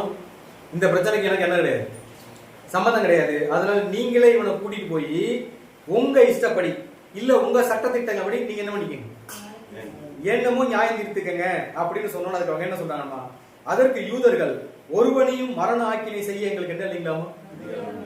ஊருப்பட்ட பேரை கொன்னது யாருதான்? அவங்கதான். யாராவது எதிர்த்து பேசிட்டு உடனே கல்லு தின்னு பண்ணிடுவாங்க, கொண்டுருவாங்க. கேட்டா நியாயப்பிரமாணம் சொல்லுது, ரைட்டு தானே? விபச்சாரம் பண்றவங்க என்ன பண்ணலாம், கல் எடுத்து அடிச்சு கொள்ளலாம். அது ஆணா இருந்தாலும் சரி பெண்ணா இருந்தாலும் சரி. ஸோ இந்த மாதிரி விஷயங்களை ஆல்ரெடி நிறைய பண்ணியிருக்கிறாங்க. ஆனா இருந்தாலும் அங்க வந்து அதை எப்படி சொல்றது, நம்ம சொல்ற முழு பூசணிக்காய் சோத்துல மறைக்கிற மாதிரி தேசாதிபதிக்கு முன்னாடியே நின்றுக்கிட்டு அவ்வளவு பெரிய போய் சொல்றாங்க, நாங்க யாரையுமே என்ன பண்ண மாட்டோம், நாங்க ரொம்ப உத்தமர்கள், யாருடைய மரணம் ஆக்கினீங்க நாங்க என்ன பண்ண மாட்டோம், பாத்திரம்ல இருக்க மாட்டோம், நாங்க யாரையும் கொலை பண்ண மாட்டோம் அப்படின்னு சொன்னவங்க தான். அதுக்கப்புறம் ஸ்தேவானை அடிச்சு கொண்டது யாருதான்? அவங்கதான். பவுலை அடிச்சு சாகர மாதிரி போட்டது யாருதான்? அவங்கதான். இயேசு கிறிஸ்து எத்தனையோ பேரை குணமாக்கும் போது குறுக்க வந்து நின்னது யாருதான்? அவங்கதான். அந்த யோவான்ல படிச்சிருக்கோம், ஒரு விபச்சார ஸ்திரீ இருக்கும்போது அந்த ஸ்திரியை கல்லெறிஞ்சு கொள்றதுக்கு போனவங்களும் யாருதான்? இவங்க. இது எல்லாத்தையும் பண்ணவங்களா தேசாதிபதி முன்னாடி நிற்கும் போது 2 கையை விரிச்சு என்ன சொல்றாங்க அப்படின்னு பார்க்கும்போது, நாங்க யாரையும் என்ன பண்ண மாட்டோம், கொல்ல மாட்டோம், யாரை கொல்றதுக்கு யூதர்களுக்கு என்ன கிடையாது, அதிகாரம் இல்லை அப்படின்னு தெளிவான ஒரு பொய்யை யார்கிட்ட சொல்றாங்க அப்படின்னா பிளாத்துக்கிட்ட சொல்றாங்க. இப்ப பிளாத்துக்கு டிஃபெண்ட் பண்ணவும் முடியல. ரீசன் என்னன்னா, இங்க வந்து 1:100 அப்படிங்கிற மாதிரி இந்த பக்கம் கிறிஸ்துன்ற ஒரு கேரக்டர் மட்டும், இந்த பக்கம் என்டையர் யூதர்களும் நிக்கிறாங்க. எத்தனை பேர் நிக்கிறாங்க? அந்த ஊர் மொத்தமுமே பிரதான ஆசாரிகள் அவங்க கண்ட்ரோல் கொண்டு வந்துட்டாங்க. எல்லாரும் கும்பலா சேர்ந்து என்ன பண்ணிட்டு இருக்காங்கன்னா இயேசு கிறிஸ்து ஆப்போசிட் என்ன பண்ணிட்டு இருக்காங்க, கத்திக்கிட்டு இருக்காங்க. சோ இவரை விடுதலை பண்றதுக்கான சோர்சஸ் இருந்தாலுமே கூட அதற்கான வாய்ப்புகள் யாருக்கு இல்லாம போயிருச்சு, பிளாத்துக்கு இல்லாம போயிருச்சு. இருந்தாலும் பிளாத்துக்கு உள்ளூர ஒரு இது என்னன்னா, இவர் மேல எந்த குற்றச்சாட்டுமே இல்லை. ஒருவேளை இவருக்கு ஒரு தண்டனை கொடுத்துட்டோம் அப்படின்னா நாளைக்கு அது யாருக்கு பாதகமா வந்து முடிஞ்சிடும், யாருக்கு பாதகமா வந்து, எனக்கே கூட பாதகமா வந்தாலும் ஆச்சரியப்படுறாங்க. ஏன்னா இவருக்கு யாருமே என்ன கொடுக்கல, இன்னும் எந்த ஒரு சாட்சியோ எந்த ஒரு ஆதாரமா கூட. இந்த மனுஷனுக்கு எந்த முகாந்திரத்தை வச்சு நான் மரண தண்டனை டிக்ளேர் பண்றதுங்கிற டவுட் யாருக்கு இருக்குது? இவர் என்னடா பண்ணலாம் யோசிச்சுட்டே இருக்கும் போது பேசிட்டே இருக்கிறாங்க. யாரா? பிரதான ஆசிரியர்கள் கும்பலா சேர்ந்து கிறிஸ்துவ குற்றம் சாட்டிட்டே இருக்கிறாங்க. அப்படி குற்றம் சாட்ட ஆரம்பிக்கும் போது பிளாத்துவ கன்வின்ஸ் பண்ற மாதிரி ஒரு குற்றம் சாட்டுறாங்க. ஏன்னா இந்த நாடு மொத்தத்தையுமே இந்த கிறிஸ்துங்கிறவர் கலக்கப்படுத்தினாரு அப்படிங்கிற மாதிரி ஒரு குற்றச்சாட்டை முன்வைக்கிறாங்க. என்ன குற்றச்சாட்டம்னா லூக்கா 23வது அதிகாரம் 5வது வசனம். அதற்கு அவர்கள், இவன் கலிலேயா நாடு தொடங்கி இவ்விடம் வரைக்கும் யூதேயா தேசமெங்கும் உபதேசம் பண்ணி ஜனங்களை கலக்கப்படுத்துகிறான் என்று வைராக்கியத்தோட சொன்னார். என்ன சொல்ல ஆரம்பிக்கிறானா, இது எங்க பிரச்சனை மட்டும் இல்ல, இவன் யூதருக்கு ராஜான்னு சொன்னதுனால நீங்களே கொண்டு போயிருக்குன்னு சொன்னீங்க, இது எங்க பிரச்சனை மட்டும் கிடையாது. இந்த மனுஷன் என்ன பண்ணிட்டு இருக்கிறார் அப்படின்னா, யூதேயா தொடங்கி கலிலேயா தொடங்கி எல்லா தேசத்தோட எல்லா பக்கத்திலும் என்ன பண்ணிட்டு இருக்கிறார், உபதேசம் பண்ணி ஜனங்களை கலகத்தை உண்டு பண்ணிட்டு இருக்கிறாரு அப்படின்ற மாதிரி. கலகம்னா புரியுது நீங்க, கலகம்னா தூண்டி விடுற, சரியா சொன்னா ஜனங்களை கவர்மெண்ட்டுக்கு ஆப்போசிட்டா அவர் நடத்துறது. நம்ம இந்த நக்சலைட் டெரரிஸ்ட்லாம் சொல்லுவோம்ல, இந்த மாதிரி ஜனங்களை அரசுக்கு விரோதமா, ஏன்னா வரி கொடுக்காதங்கிறது பேர் என்ன, கவர்மெண்ட் உங்களுக்கு என்னங்க செஞ்சுக்கீங்க, யாருமே என்ன பண்ணாதீங்க, வரி கட்டாதீங்க அப்படின்னா அது எதுக்கு விரோதமான குற்றம், தேச துரோகம் தானே. இந்த தேச துரோகத்தை அவன் யூதர்களுக்கு மட்டும் என்ன பண்ணலைங்க. இவர் என்ன பண்ணாரு அப்படின்னா, யூதேய தேசம் மொத்தம் பண்ணியிருக்கிறாரு, கலிலேய தேசம் மொத்தமும் எல்லா தேசங்களையும் இதே வேலையை என்ன பண்ணிட்டு இருக்கிறாரு பண்ணி, ரோமர்களுக்கு விரோதமான ஒரு விஷயத்தை என்ன பண்ணிட்டு இருக்கிறாரு, நான் தான் ராஜா, வேற யாரும் இங்க என்ன கிடையாது, ராஜா கிடையாது, எது வந்தாலும் நான் பார்த்துக்க, யாரும் என்ன பண்ண வேண்டாம், வரி செலுத்த வேண்டாம் அப்படிங்கிற மாதிரி ஒரு விஷயத்த இவர் வந்து ப்ரொஜெக்ட் பண்ணிட்டு இருக்கிறாரு.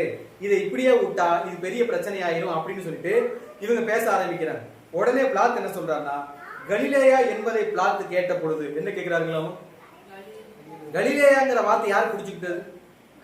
சோ இவ்வளவு நேரம் அவங்க பண்ணின அந்த பிரசங்கம் யாருக்கு அதுக்கு போனேன், ஏன்னா இது எல்லாமே வாய்மொழியா மட்டும்தான் வருது, எதுக்குமே என்ன கிடையாது, ப்ரூஃப் கிடையாது. அதனால இது எதுவுமே யார் மண்டையில போல, பிளாத்துக்கு போல. பிளாத்துக்கு போன ஒரு விஷயம் என்னன்னா, இவர் அதிகமான டைம் எங்கதான் வேலை பார்த்திருக்கிறாரு, கலிலேயால வேலை பார்த்திருக்கிறாரு.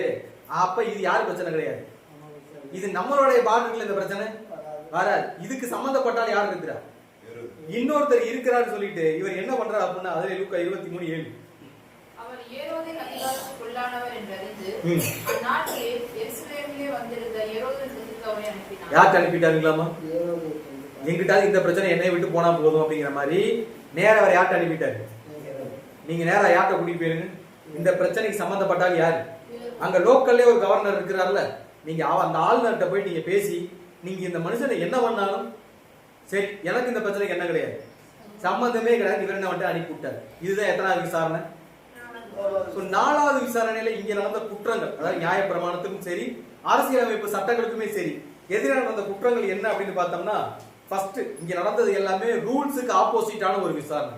எதுக்கு ஆப்போசிட்டான, ஒரு நபரை ஒரு கவர்மெண்ட் ரீதியா விசாரிக்கணும்னா அவர் மேல ப்ராப்பரான சார்ஜ் ஷீட் இருக்கணும். இருந்துச்சான்னு கேட்டோம்னா இல்ல. ரெண்டாவது, அவர் மேல குற்றம் சாட்டுறதுக்குன்னு யாராவது ஒரு 4 பேர் இருக்கணும். அது இருந்துச்சான்னு கேட்டோம்னா அதுவும் இல்ல. ஏதாவது சாட்சி ஆதாரங்கள் ஏதாவது இருந்துச்சா ஒரு கேள்வி கேட்டோம்னா அதுவும் கிடையாது. சரி, லிட்டரலா யாராவது பார்த்தவங்களா வந்து சொல்லுங்கன்னு கேட்டோம்னா அதுவும் கிடையாது. இது எதுவுமே இல்லாம இவருக்கு ஒரு ஜட்ஜ்மெண்ட் கொடுக்க வேண்டிய சூழ்நிலைக்கு யார் தள்ளப்பட்டது? சோ மத தலைவரோட அழுத்தத்தினால மட்டுமே நடந்த ஒரு கவர்மெண்டோட ரூல்ஸோ இங்க நியாயப்பிரமாணமும் ஒர்க் அவுட் ஆகலை.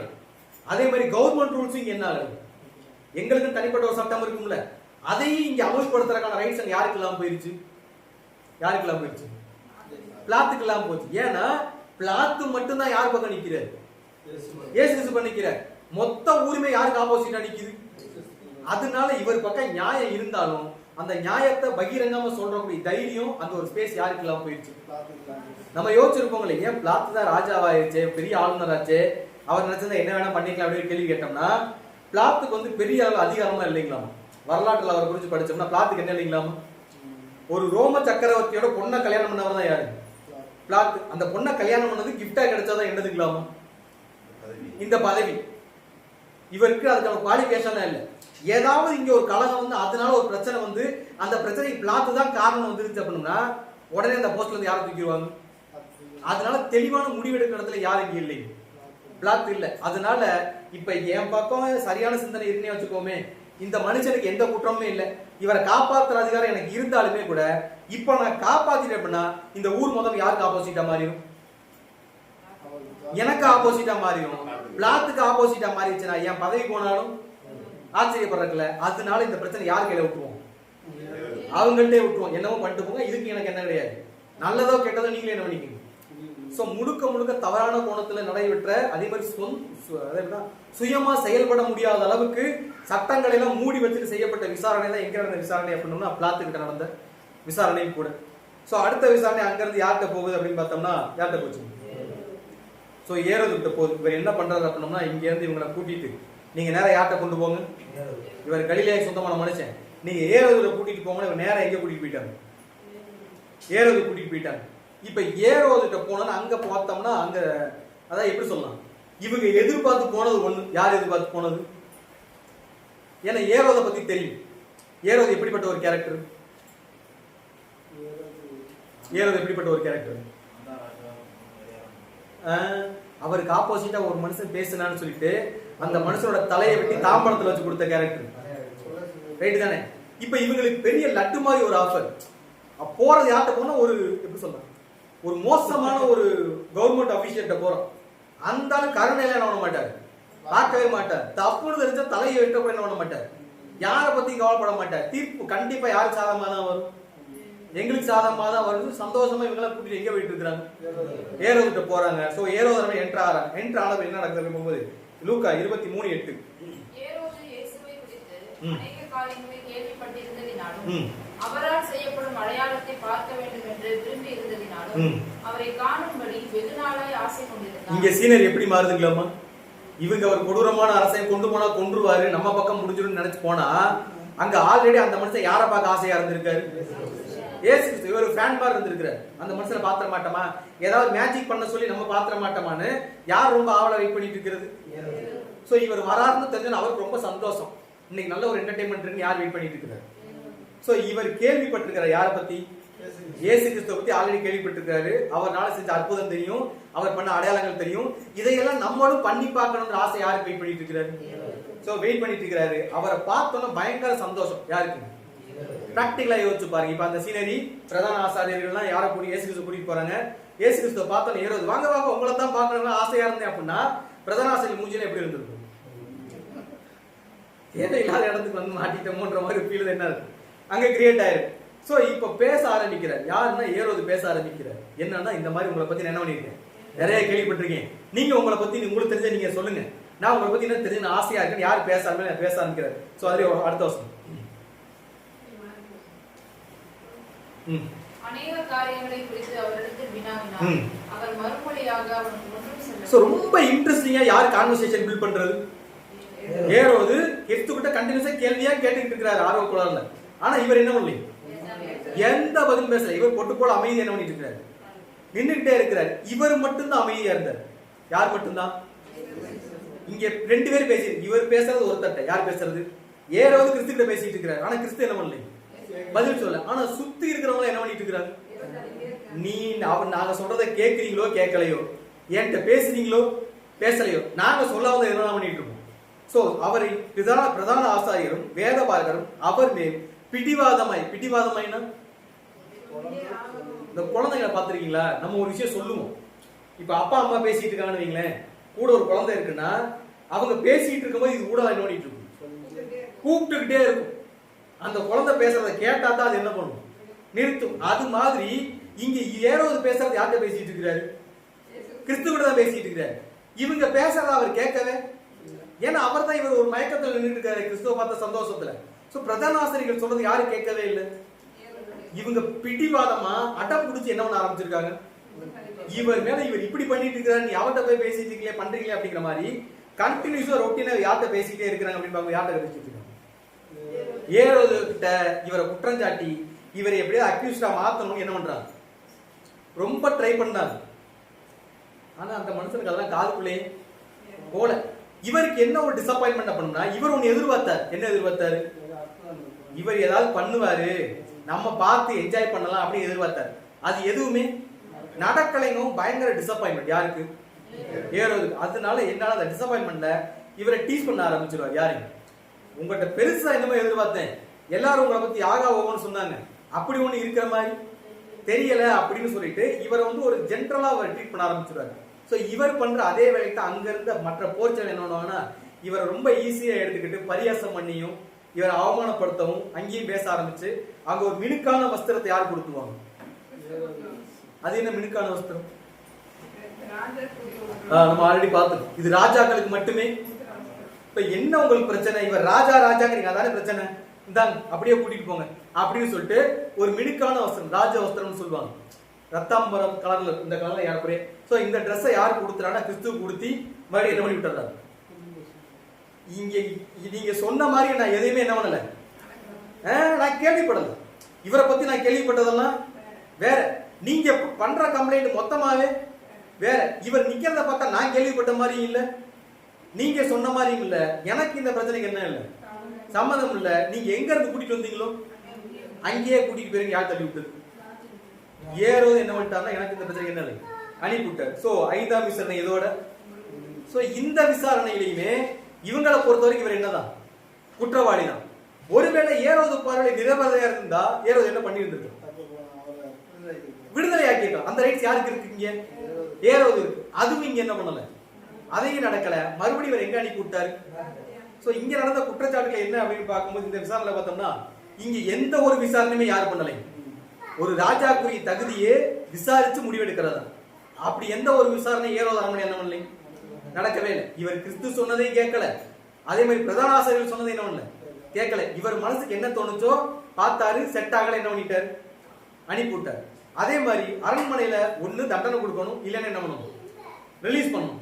ஆனா அங்க என்ன பண்ணிருக்காங்க, கிறிஸ்துவ வச்சு டீஸ் பண்ணி என்ன பண்ணிருப்பாங்க, அதை பரியாசம் பண்றது, அவரை நிந்திக்கிறது மட்டும் தான் எங்க நடந்துச்சு, அங்க நடந்துச்ச ஒழிய சட்டத்திற்குட்பட்டு எந்த ஒரு காரியம் எங்க நடக்கலை.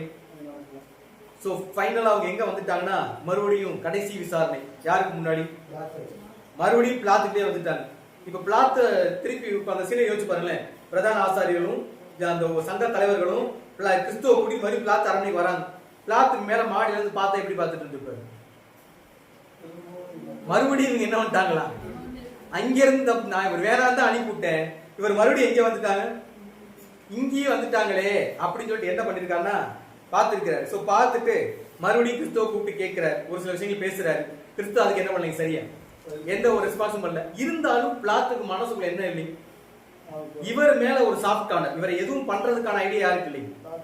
உடனே பிளாத் இது இப்படியே போயிட்டு இருந்தா இது வேலைக்கு ஆற மாதிரி தெரியல, இதை ஒரு முடிவு கொண்டு வரணும்னு சொல்லிட்டு அங்க இருந்து எல்லாரையும் கூப்பிடுறாரு. யார, பிரதான ஆசாரியர், இவர் மேல யாரெல்லாம் குற்றம் சாட்டுறாங்களோ எல்லாரையும் கூப்பிடுறாரு. அப்படியே வாசிக்கலாம் லூக்கா 23:13. பிரதான ஆசாரியர்களையும் அதிகாரிகளையும் ஜனங்களையும் கூடி வர செய்து அவர்களை நோக்கி, ஜனங்களை கலகத்துக்கு தூண்டி விடுகிறவனாக இந்த மனுஷனை என்னிடத்தில் கொண்டு வந்தீர்கள். நான் உங்களுக்கு முன்பாக விசாரித்த போது இவன் மேல் நீங்கள் சாட்டுகிற குற்றங்களில் ஒன்றையும் நான் இவரிடத்தில் காணவில்லை. சோ அவர் கிளியரா சொல்லிட்டார், நீங்க இவர் மேல ஒரு கம்ப்ளைண்ட் சொல்லி கூட்டு வந்தீங்க, நானும் இவ்வளவு நேரமா என்ன பண்ணி பார்த்துட்டேன், நீங்க எல்லாம் கூட்டு வந்துட்டீங்கன்றதுக்காக நானும் மாறி மாறி என்ன பண்ணி பார்த்துட்டேன், விசாரிச்சு பார்த்துட்டேன்.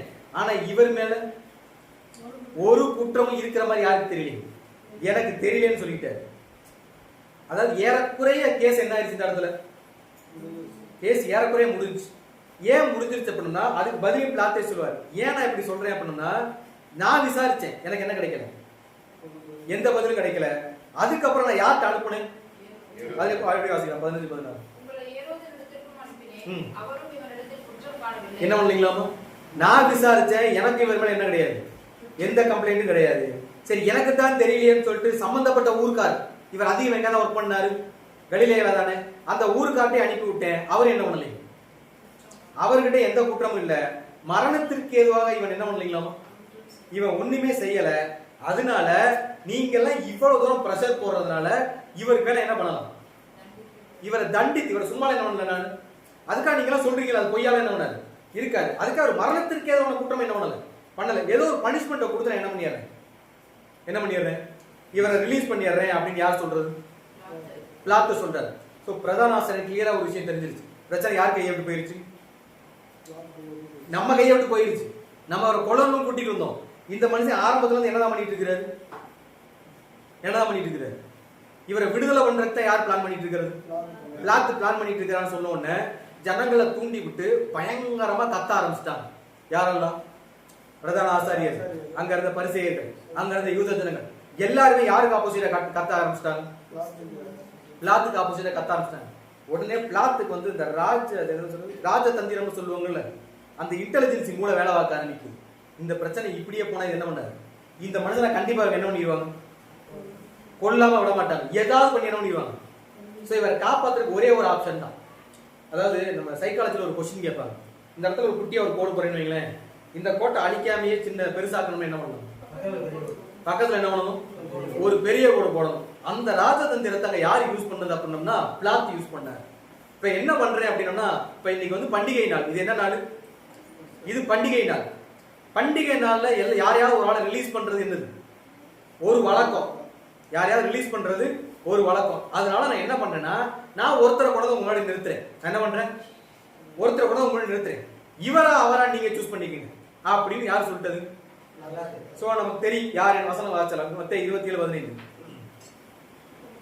காவல் பண்ணப்பட்டவர்களில் எவனை விடுதலையாக்க வேண்டும் என்று ஜனங்கள் கேட்டுக்கொள்வார்களோ அவனை அவர்களுக்காக விடுதலையாக்குவது பண்டிகையில் ஒரு தேசத்தை குறித்து வழக்கமாயிருந்தது. அப்பொழுது காவல் பண்ணப்பட்டவர்களில் பரபாஸ் எனப்பட்ட பேர் போன ஒருவன் இருந்தான். யார் இருந்தாருங்களா, பேர் போன ஒருத்தன். இந்த சப்ஜெக்ட்ல முன்னாடி நம்ம பார்த்திருக்கோம். பேர் போனன்னா புரியல, பிரபலமானவன். அந்த ஊர்ல பரபாசனா தெரியாத ஆளு, எப்படி பிரபலமானவன், கொலை பண்றதுல, கொள்ளையடிக்கிறதுல, மக்களை கஷ்டப்படுத்துறதுல, வழிப்பறி பண்றதுல, அரசாங்கத்துக்கு விரோதமா கலகம் பண்றதுல ரொம்ப ஃபேமஸான கேரக்டர் யாருங்களா. அதாவது பரபாசுனாலே மக்களுக்கு தெரியும். எப்படி தெரியும்னா அந்த சொல்லுவாங்கல்ல, கொலை நடக்குதுன்னு சொல்லுவாங்கல்ல, அது மாதிரி பரபாஸ் பேரை கேட்டாலே என்ன யாருக்கு எப்படி இருக்குங்களாமா, பக்கு பக்கு பக்கு பக்குன்னு இருக்கிற மாதிரி ஒரு கேரக்டர் தான் யாரு, பரபாஸ். இப்ப இதே சீனரி நமக்கு வச்சுக்கோம், இங்கேயும் இதே பிரச்சனை. ஒரு பக்கம் இயேசு கிறிஸ்து, ஒரு பக்கம் பரபாஸ். அந்த மனுஷன் யாரு அப்படின்னா ரொம்ப பேருக்கு அவர் பெருசா அடையாளமே தெரியாது, யாரு, கிறிஸ்துவ. அதே மாதிரி ஒரு தப்பும் பண்ணாத ஒரு கேரக்டர். அவர் தப்பு பண்ணான்னு சொல்றது யார் மட்டும்தான், பிரதான ஆசாரிகள், பரிசேயர்கள், இவங்க சொல்லிட்டு இருக்காங்க. அவங்க சொல்றதை கேட்டுட்டு ஆட்டு மந்த மாதிரி யாரும் கத்திட்டு இருக்காரு, ஜனங்கள் கத்திட்டு இருக்காங்க. ஆனா இந்த பக்கம் இருக்கிற யாருன்னா பரபாஸ். இவனை பத்தி எங்க எல்லாருக்குமே, என் குடும்பத்துல கூட ஒரு ஆளை கொண்டது யாருதான், இவன் தான். இப்படிங்கிற சூழ்நிலை பிளாத் என்ன பண்றாருன்னா, அந்த பக்கம் எந்த பாவம் அறியாத ஒருத்தர், இந்த பக்கம் ஊர்ல ரொம்ப பேரோட குடும்பத்துல மரணமாகிறது காரணமா இருந்த ஒரு கேரக்டர் கொண்டு வந்து நிறுத்துவான். இப்ப இவங்களுக்கு வேற ஆப்ஷனே இல்ல. யாருக்கு வேற ஆப்ஷன் இல்ல, ஜனங்களுக்கு. யார் தான் சூஸ் பண்ணி ஆகணும், இயேசு கிறிஸ்து தான் சூஸ் பண்ணி ஆகணும். ஏன்னா இவனை வெளியே விட்டா என்ன பண்ணிடுவான், மறுபடியும் இன்னும் எத்தனை பேர் குடும்பத்தை அழிப்பானோ தெரியாதுங்கிற பயம் யாருக்கு இருக்கும், ஜனங்களுக்கு இருக்கும். சோ பிளாத் என்ன பிளான் பண்றாங்கன்னா, கண்டிப்பா அவங்க யாரும் சூஸ் பண்ண மாட்டாங்க. ஏன்னா இவன் ஒரு அரக்கன், இவனை வெளியே விட்டா நிறைய பேர் செத்து போயிடுவாங்க. அதெல்லாம் கண்டிப்பா யாரும் சூஸ் பண்ண மாட்டாங்க. ஏன் பிளாத் இந்த பிளான பண்றாரு அப்படின்னா, இன்னொரு வசனம் வாசிக்கலாம், மத்தேயு 27:17. பொறாமையினாலே அவரை ஒப்புக்கொடுத்தார்கள் என்று பிளாத் அறிந்து. சோ பிளாத்துக்கு கிளியரா தெரியும் கிறிஸ்துவை ஏன் தான் கொண்டு வந்து விட்டுருக்காங்க. நீங்க வெறும் பொறாமை மட்டும்தானே ஒழிய வேற எந்த ஒரு முகாந்தரமும்.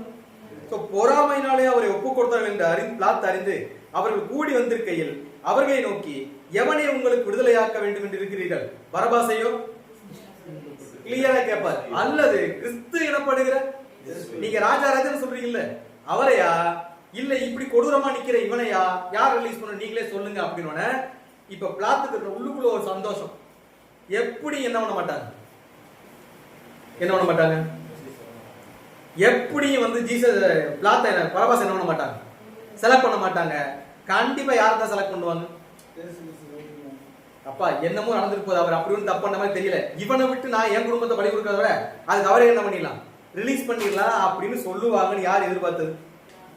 சோ கூப்பிட்டு வந்து கேட்கிறார், இவனை ரிலீஸ் பண்ணட்டுமா இல்ல அவரை ரிலீஸ் பண்ணட்டுமா அப்படின்னு கேட்கும்போது பயங்கர இன்டெலிஜென்ட்டா பிளே பண்ணிருப்பார் பிளாத்.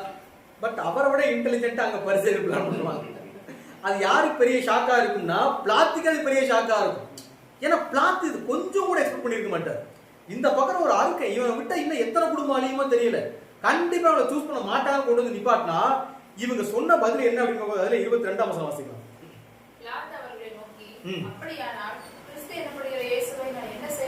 சோ இவர் கேட்கிற யார ரிலீஸ் பண்ணணும், ஒட்டு மொத்தமா சேர்ந்து என்ன கத்திட்டு இருக்கிறாங்களாமோ, எங்களுக்கு பரபாச ரிலீஸ் பண்ணுங்க, பரபாச ரிலீஸ் பண்ண கண்டிஷன் வேண்டாம் கத்திட்டே இருக்கிறாங்க. இப்ப பிளாத்துக்கு என்ன பண்ணுறது சீரியஸாவே தெரியல, தெரியாம கன்ஃபியூஸ் அவர்கிட்ட கேட்கிறாரு. பிளாத் அவர்களை நோக்கி, அப்படியானால் கிறிஸ்துவ நீங்க சொல்ற இயேசுவை நான் என்ன செய்யணும் அப்படின்னு கேட்டோம்னா யோசிக்காம எல்லாரும் ஒருமித்த குரல்ல சொல்ல இல்லைன்னா அவன் என்ன பண்ணுங்க, சிலுவையில் அறைங்க சிலுவையில் அறைங்கன்னு சொல்றாங்க. அதுக்கு தேசாதிபதியோ ஏன் அப்படி என்ன இவன் என்ன பண்ணிட்டான், அப்படி என்ன பொல்லாப்பி உங்களுக்கு பண்ணிட்டாரு. ஏன்னா இப்ப பிளாத்துக்கு என்ன ஒரு எப்படி சொல்லலாம், என்ன ஒரு சர்ப்ரைஸா இருக்கு அப்படின்னா, இந்த பக்கம் நிறுத்திருக்க ஒரு ஜெயிண்ட் அரக்கணை நிறுத்திருக்கேன், அந்த பக்கம் ஒரு அப்பாய மனுஷன், எனக்கு இவன் தான் வேணும் அவர் வேறான்னு சொல்ற அளவுக்கு அவர் அப்படி என்னதான் உங்களுக்கு, நானும் வந்ததுல கேட்டுதான் இருக்கிறேன், யாருமே என்ன பண்ண மாட்டேங்குது, கும்பலா அவரை கொள்ளுங்க கொள்ளுங்கன்னு சொல்றீங்க, ஏன் கொல்லணும்னு என்னமே யாருமே என்ன பண்ணல, எந்த ஒரு விஷயமே சொல்லுன்னு சொல்லிட்டு ஏன் என்ன பொல்லாப்பு செய்தான் என்றான். அதற்கு அவர்கள் வழக்கம் போல என்னதான் சொன்னாங்க, சிலுவையில் அறையும் சிலுவையில் அறையும் கண்டினியூஸா கத்துறது மட்டும் தான் யார் வேலையா இருந்துச்சு. சோ கும்பலா சேர்ந்து அவங்க என்னதான் பண்ணிட்டு இருக்காங்க, கண்டினியூஸா கத்திட்டு தான் இருக்கிறாங்க. யார் வேண்டாம், கிறிஸ்து வேண்டாம், அவரை யோசிக்காம என்ன பண்ணிருங்க, கொல்லுங்கன்னு கூட சொல்லலைங்க, மரணத்தை கொடுங்கன்னு சொல்லுங்க, அவர் சிலுவையில் அறைங்கன்னு சொல்லி கத்த ஆரம்பிச்சிட்டாங்க. யார் ரிலீஸ் பண்ண சொல்லிட்டாங்க, சம்பந்தமே இல்லாத கொஞ்சம் கூட எதிர்பார்க்காத ஒரு சர்ப்ரைஸ் அங்க பரபாசுக்கு நடந்துச்சு. அவன் கொஞ்சம் கூட எதிர்பார்த்திருக்க மாட்டான்.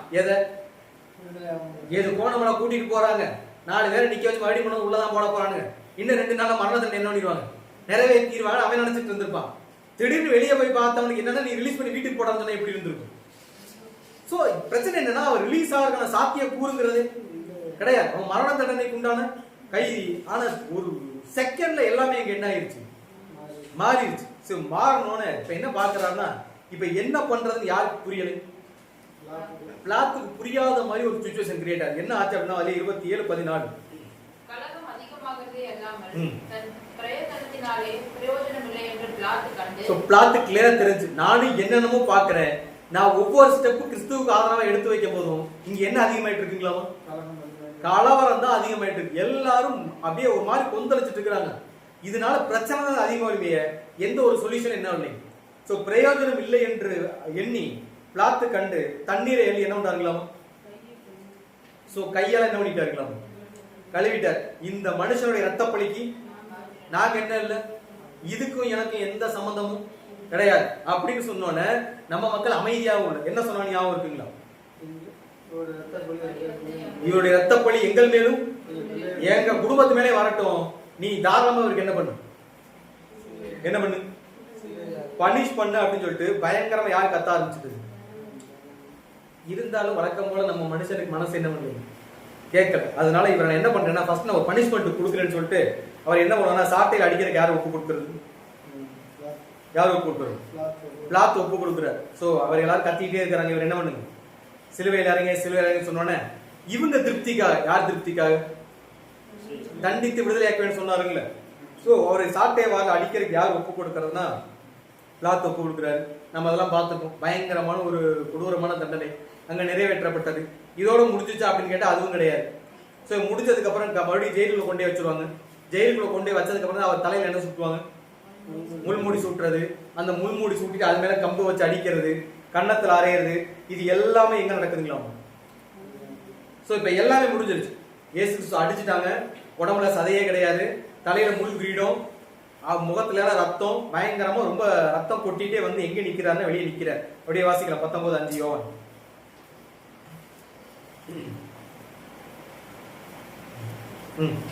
இயேசு முள்முடியும் சிவப்பங்கியும் தரித்தவராய் வெளியே வந்தார்.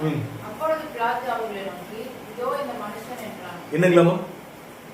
சோ முள்மூடி எல்லாமே தரிச்சிட்டு வந்தவர் நிக்கிறாரு. அவரை பார்த்து என்ன சொல்றாருமா? இதோ இந்த மனுஷன். அப்படின்னா ஆங்கிலத்துல பிகோல்டுன்னு வந்துருக்கும். பிகோல்டு த மேன் வந்துடும். பிகோல்டு புரிஞ்சுக்கலாம். நீங்க கொல்லணும் ஆசைப்பட்டீங்கல்ல, இவரதான் அந்த மனுஷன். இனி இவர் உயிரோட இருந்தும், ஏன்னா அடிச்சுட்டோம், அடிச்சு நச்சு புளிஞ்சு உடம்புல சதையே இல்லாதவங்க அடிச்சாச்சு, தலையில முள்ளு குத்தி எவ்வளவு அசிங்கப்படுறது படுத்தியாச்சு. இனி இவர்னால உங்களுக்கு ஏதாவது பாதிப்பு வரும்னு நினைக்கிறீங்களா? இல்ல இன்னமும் இவர் சிலுவையில் அறையணும்னு ஆசைப்படுறீங்களா?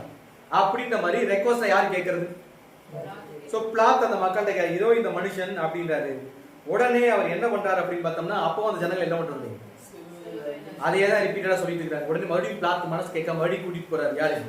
இயேசு கிறிஸ்து உள்ள கூட்டிட்டு போய் கிறிஸ்துவிட பர்சனலா பேச ஆரம்பிக்கிறது. எப்பா, இங்க நடக்கிறதெல்லாம் நீங்க பார்த்து தானே இருக்கிறீங்க, நானும் என்னென்னமோ பண்ணி பார்க்கிறேன், இவங்க யாருமே இப்போ உங்களை காப்பாத்துறதுக்கு ஒரே ஒரு ஆப்ஷன் தான் இருக்கு. என்னது? நீங்க பேசணும். யார் பேசணும்? வாயை திறந்து நீங்க பேசணும். ஏன் அப்படின்னு பார்த்தோம்னா, அப்படி வாசிக்கலாம் யோவான் 19:10. அப்பொழுது பிலாத்து, நீ என்னோட பேசுகிறது இல்லையா? உன்னை சிலுவையில் அறைய எனக்கு அதிகாரம் உண்டு என்றும் உன்னை விடுதலை பண்ண எனக்கு அதிகாரம் உண்டு என்றும் உனக்கு தெரியாதா? சோ இப்போ உங்களை காப்பாத்த யாரால மட்டும்தான் முடியும்? நீங்க வாயை திறந்து பேசுனீங்கன்னா நான் ஏதாவது பண்ணுவேன். ஏன்னா இப்ப எனக்கு மனசுக்குள்ள ஒரு பயம் இருக்கு. பத்தாவதுக்கு அவர் மனைவி வேற வந்து சொல்லிருக்காங்க, படிச்சிருக்கோங்கல்ல, இந்த மனுஷனை பத்தி நைட் நான் ஒரு பயங்கரமான ஒரு கனவு கண்டேன், இவருக்கு வந்த தீங்கு நீ என்ன பண்ணிடாதீங்க, செஞ்சிடாதீங்க அப்படின்னு மனைவி ஒண்ணு சொல்லியிருக்கோம். பத்தா குறை இவர் மேல எந்த கம்ப்ளைண்ட்டுமே கிடையாது, எந்த குற்றச்சாட்டுமே இல்ல. சோ இவர் எப்படியாவது ரிலீஸ் பண்ணிடலாம்னு சொல்லிட்டு பிளாத் என்ன கேட்கிறாருன்னா, அவருக்கு ஒரு பயம், எங்கே தவறான தீர்ப்பு கொடுத்துட்டோம்னா இவரை என்ன சொல்றாங்க, தேவனுடைய குமாரன்னு சொல்றாங்க, ரைட் தானே, நிறைய அற்புதம் அடையாளங்கள் பண்ணியிருக்காருன்னு சொல்றாங்க. நாளைக்கு அதனால நமக்கு ஏதாவது ஒரு பிரச்சனை வந்துருச்சுன்னா, அட கடவுளையே தண்டிச்சுட்டாருப்பா, யாரு பொறுப்பேற்றுக்கிறது அப்படிங்கிற பயம் யாருக்குள்ள இருக்கு? சோ பிளாத் கேட்கிறாரு, எனக்கு எல்லா ரைட்ஸ் இருக்கு, தயவு செஞ்சு வாயத்தாங்க என்ன பண்ணுங்க பேசுங்க அப்படின்னு சொல்லும் போது கிறிஸ்தவரை வந்து நியூட்ரல் பண்ணுவார். என்ன பண்ற அப்படின்னு அதிலே அடுத்த வருஷம் வாசிக்கலாம். இயேசு பிரதியுத்தரமாக, பரத்திலிருந்து உங்களுக்கு கொடுக்கப்படாதிருந்தால் என் மேல் உங்களுக்கு ஒரு அதிகாரம். சோ அவர் கிளியரா சொல்றார், நீ எதை பத்தியும் கவலைப்படாது. இங்க நீ நினைச்சு எதையுமே என்ன பண்ண முடியாது, மாத்தவோ சரி பண்ணவோ என்ன பண்ண முடியாது. இங்க நீ செய்யற எதுவுமே நீ லிட்டரலா என்ன பண்ண போறது, நீ விருப்பப்பட்டு செய்யறியா விருப்பப்படாம செய்யறியாங்கிறதெல்லாம் இங்க இல்ல. வரத்திலிருந்து உனக்கு ஒரு அதிகாரம் கொடுக்கப்படாவிட்டால் என் மேல கை வர உனக்கு என்ன கிடையாது, உனக்கு எந்த ரைட்ஸும் கிடையாது அப்படின்னு சொல்லிட்டு, ஆனபடினாலே என்னை உம்மிடத்தில் ஒப்பு கொடுத்தவனுக்கு அதிக பாவம் உண்டுங்கிற, உனக்கு எந்த பிரச்சனையும் இல்ல, என்ன கொண்டாந்து இங்க விட்டாங்கல்ல அவங்களுக்கு தான் என்னது, நீ உனக்கு உன் மனசுக்கு என்ன தோணுதோ நீ என்ன பண்ணி, உனக்கு அவன் என்ன சொல்றாங்க எதைப்படி செஞ்சுக்க, மற்றபடி அதனால உனக்கு எந்த பிரச்சனையுமே இல்ல அப்படிங்கிற யார் சொல்லிட்டு கிறிஸ்து சொல்லிட்டார். சோ ஒரு புறஜாதி மனுஷன் யாரு? பிளாத். கிறிஸ்துவிட்ட என்னெல்லாம் அவர் ஆசீர்வாதத்தை வாங்கினாரு? இல்ல, கிறிஸ்துவிட்ட என்ன ஆசீர்வாதத்தை வாங்கினாருன்னு கேட்டு, அவர் கண்ணு தெரியாதப்ப குணப்படுத்தி விட்டார், அவர் கால் இல்லாத நடக்க வச்சார். அப்படியா? எந்த ஒரு பெனிஃபிட்டுமே யாருக்கு கிடையாது, பிளாத்து கிடையாது. பிளாத்து இவரை பத்தி கேள்விப்பட்டதோட சரி, மற்றபடி பிளாத்து கிறிஸ்துக்கு என்ன கிடையாது. ஒரு புறஜாதி மனுஷனுக்கு இருந்த கொஞ்சம் கன்சர்ன் கூட இங்க யாருக்கு இல்லைன்னா யாருக்கு இல்லை, தம்முடைய சொந்த சகோதரனுக்கு என்ன கிடையாது இல்ல. அந்த மனுஷன் இவரை காப்பாற்றணும்னு எவ்வளவு பிரயாசப்பட்டாலும் சொந்த ஜனங்கள் அதை என்ன பண்றாங்களா. ஏன்னா பிளாத்தோட மைண்ட் செட்டை குறித்து ஒரு வசனம் படிக்கலாம், யோவான் 19:12.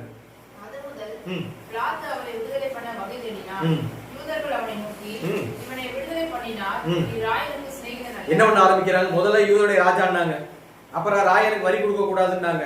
இப்படியே சொல்லிட்டு இருந்தவங்க பிளாத்து இவரை எப்படா விடுதலை பண்ணாலும் யோசிக்கும் போது இப்ப பிளாத்துவை யார் காரணம் பண்ண ஆரம்பிச்சது, அதாவது இவங்க எழுதிட்டாங்க, என்னது ஜட்ஜ்மெண்ட் எழுதிட்டாங்க, நான் கொடுக்கறத படி, அவ்வளவுதான் யாருக்கு வேலை, பிளாத்துக்கு இவங்க வேலை கொடுக்குறாங்க. என்ன சொல்றாங்கன்னா, இவனை விடுதலை பண்ணினால் நீ ராயனுக்கு சிநேகிதன் அல்ல, தன்னை ராஜா என்கிற எவனோ அவன் ராயனுக்கு விரோதி அப்படின்னு சொல்லிட்டு என்ன பண்றாங்க.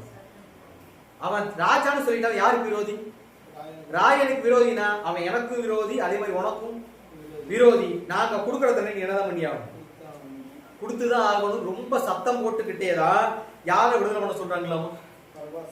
பரபாசன் என்ன பண்ணி எங்களுக்கு இவன் தேவையே இல்லை. யார் தேவையில்லை? இவ்வளவு நாள் அவங்களுக்கா எல்லாரும் பண்ணிடு.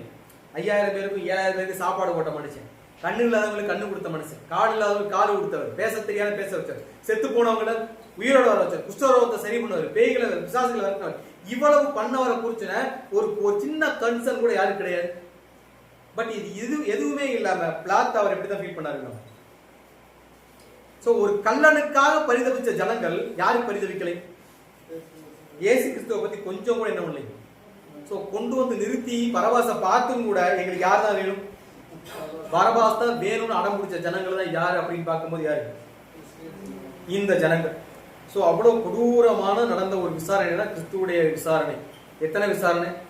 6. யூதாஸோட சேர்த்தோம்னா 7 விசாரணை. ஒரு பரிபூரணமா முழுக்க நியாயப்பிரமாணத்திற்கும் சரி, உலகத்தோட சட்ட திட்டங்களுக்குமே சரி, அரசாங்கத்துக்குமே சரி விரோதமா புறம்பா நடந்த ஒரு விசாரணை தான் எந்த ஒரு விசாரணை. ஆனா எது எப்படியோ அவங்க நினைச்ச தீர்ப்பு என்ன பண்ணிட்டாங்க, வாங்கிட்டு கடைசியில வேற என்னவோ பண்ணிட்டாங்க, சிலுவையிலையும் போட்டாங்க.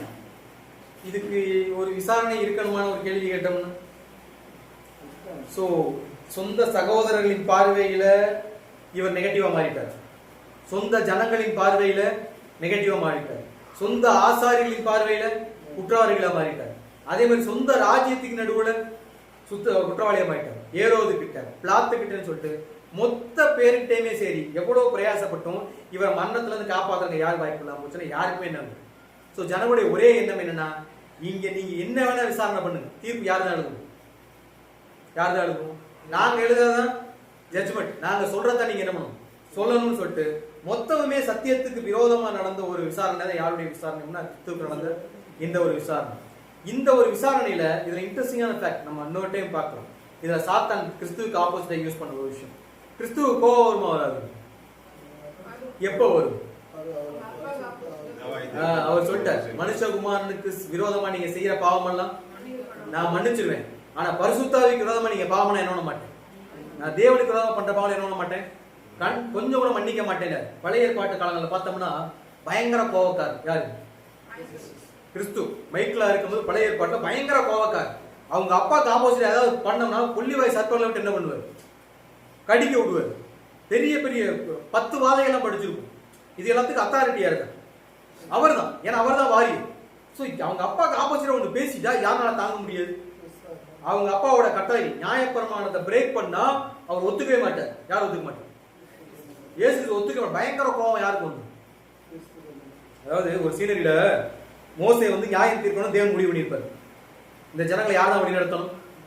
மோசே தான் வழி நடத்தணும். அவர் தான் நியாயம் தீர்க்கணும். யார் முடிவு பண்ணிட்டார்? தேவன் முடிவு பண்ணிட்டார். ஆனா இது யாருக்கு ஆகாதுன்னா அந்த சந்ததியில இருக்கக்கூடிய கோரா அப்படிங்கிற ஒருத்தருக்கு என்ன பண்ணாரு பிடிக்காது. தேவன் உங்கள்கிட்ட மட்டும் தான் பேசுவாரா? எங்கள்கிட்ட எல்லாம் பேச மாட்டாரா? நாங்க லேவி கோத்திரம் இல்லையா? நாங்க அந்த ஜனங்களை வழி நடத்த மாட்டோமா?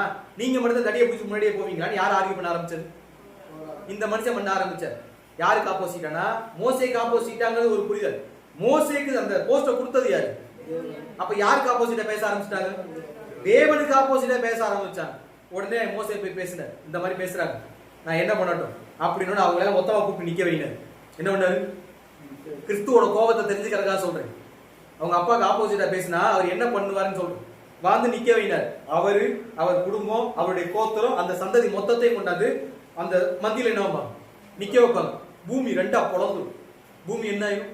2ஆ பொளந்து அவருடைய சந்ததி ஆடு மாடு மொத்தமா இதுக்குள்ள போயிடலாம், பூமிக்குள்ள போயிடும். அவ்வளவு கோபக்காரர் யாரு? ஆனா ஒரு நைட்டு ஃபுல்லா இதாக தேவன் கொடுத்த கற்பனையும் கட்டளையும் கண்டினியூஸா மீறிட்டே இருந்தாங்க. கண்டினியூஸா என்ன பண்ணிட்டு இருந்தாங்க? ஒருவேளை அவர் மைக்ல இருந்ததுன்னு வைங்களேன், அவ்வளவு வரை ஓவர் நைட்ல என்ன வந்து போயிருப்பாரு, அடிச்சுட்டு போயிருப்பாரு.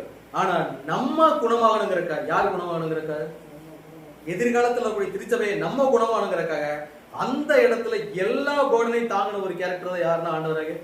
நம்ம வசனம் படிக்கிறவங்கள ஏசாயா 53ஆம் அதிகாரம் 5வது வசனம். எதுலதான் குணமாக இருக்கலாமா? காரணம் என்னன்னா தழும்புன்னு அடி வாங்குறதுனால மட்டும் இல்லை, அது ஒரு நாள் என்ன ஆயிடும். தமிழ்ல ஒரு பழமொழி சொல்லுவாங்க, அது நீ சொல்லலாமா? இருந்தாலும் சொல்ல, தீயினால சுட்டப்பும் ஆறியும், ஆனா நாவினால சுட்டது என்ன இருக்கலாம், ஆறாதுன்னு சொல்லுவாங்களே. அது மாதிரி கையில காலில் பட்ட தழும்பு ஒரு நாள் என்ன ஆயிரும், ஆறிடும். ஆனா அன்னைக்கு நைட்டு ஃபுல்லா எமோஷனலா வேணுமுன்னே அந்த நியாயபரமான ஒவ்வொன்றையும் பிரேக் பண்ணி மனதளவுல யாரும் ரொம்ப காயப்படுத்திருக்காங்க அப்படின்னு யாரு? கிறிஸ்துவ எமோஷனல் டோட்டலாவே டவுன் பண்ணிட்டாங்க. அதான் என்னன்னா, எப்படி சொல்றது, ரொம்பவே அவர் ரொம்ப வெக்ஸாகிற கண்டிஷன்ல யாரை கொண்டு விட்டாருன்னா, இவ்வளவு பெயினை தாங்கி தான் இன்னைக்கு யார் குணமாயிட்டு இருக்கிறோம். மத்தேயுல ஒரு வசனம் படிச்சிருக்கோம், அவங்க பண்ணின தப்பு எவ்வளவு பெரிய தப்புன்னு சொல்லிட்டு அவரே சொல்லியிருப்பார். மத்தேயு 5ஆம் அதிகாரம் 22வது வசனம். நான் உங்களுக்கு சொல்கிறேன், தன் சகோதரனை நியாயமில்லாமல் கோபித்துக் கொள்பவன் நியாயத்திற்கு ஏதுவாயிருப்பான். பண்ணாங்களா இல்லைங்களா? தன் சகோதரனை கோபித்துக் கொள்கிறவன் இல்ல, எப்படி கோபித்துக் கொள்கிறவன்? நியாயம் இல்லாமல் கோபித்துக் கொள்கிறவன் எதுக்கு ஏதுவாயிருப்பான்? நியாய தீர்ப்புக்கு ஏதுவாயிருப்பான். தன் சகோதரனை வீணன் என்று சொல்கிறவன் ஆலோசனை சங்க தீர்ப்புக்கு என்னவா இருப்பாங்களாம்? சோ மூடனேன்னு சொல்லுகிறவன் எதுக்கு வருதப்பா? இது எல்லாத்தையும் பண்ணது யாருங்களாம்? இதை யாரோ பண்ணியிருந்தா பரவாயில்ல, இந்த 3 இடத்துல இருக்கிறவங்க என்ன பண்ணாங்களாம்? யாரு நியாய பிரமாணத்தை கையில வச்சுட்டு இருந்தாங்களோ அவங்கதான் சொந்த சகோதரன் என்ன பண்ணாங்க, பகச்சாங்க. யாரு ஆலோசனை சங்கத்துல யார் உட்கார்ந்து இருப்பாங்களோ அவங்கதான் அவரை வீணன்னு சொன்னாங்க. சோ யாரெல்லாம் அவர் விரும்பினாரோ அவங்கதான் அவரை வெறுக்கவும். இது எல்லாத்தையும் அவர் யாருக்காக தான் தாங்கிக்கிட்டார் அப்படின்னா யாருக்காக? சோ இது யாருக்கு நினைக்க அவங்களுக்கு தெரியல. அவங்களுக்கு தெரியாததுனாலதான் ஒரு வசனம் படிச்சிருக்கோங்கல்ல சங்கீதத்துல, சங்கீதம் 118:22. சோ அன்னைக்கு அவங்களுக்கு இந்த சீக்கிரம் தெரியல, இவர் இல்லாம நம்ம எங்கே போக முடியாது, ராஜ்யத்துக்கு போக முடியாத சீக்கிரம் தெரியாதனாலதான் வீடு கட்டுறதுக்கு இருக்கக்கூடிய அந்த கல்லை என்ன பண்ணிட்டாங்களாமா? சோ வீடு கட்டுகிறவர்கள் ஆகாது என்று தள்ளின கல்லே மூளைக்கு என்ன ஆச்சுக்கலாம், அன்னைக்கு அந்த கல்லை என்ன பண்ணிட்டாங்க, தள்ளிட்டாங்க. நம்ம இன்னைக்கு அதை புரிஞ்சுக்கிட்ட மட்டும்தான் அந்த கல் நமக்கு என்ன கல்லா இருக்குங்களாமா, மூளைக்கு தலைக்கல்லா இருக்கும். இல்லைன்னா அந்த கல் நமக்கு எப்படிதான் இருக்குங்களாமா. சோ இவ்வளவே அவர் எதுக்கு தான் தாங்கிக்கிட்டார்? இவ்வளவு பேர்டனை சகிக்க வேண்டிய அவசியம் என்னன்னா, நம்ம பண்ணுன பாவம், நம்மனால நம்ம பண்ண பாவத்துல இருந்து வெளியே வர முடியாது அப்படிங்கறக்காக நம்ம பாவத்துக்கு ஒரு பரிகாரத்தை அங்க யார் செலுத்துறது அப்படிப்பா யாரு? சோ வசனங்களை படிச்ச தீத்து 2ஆம் அதிகாரம் 14வது வசனம். எதுல இருந்து மீட்டிருக்காருங்களாமா? சகல அக்கிரமங்களிலிருந்து மீட்டுக்கொண்டு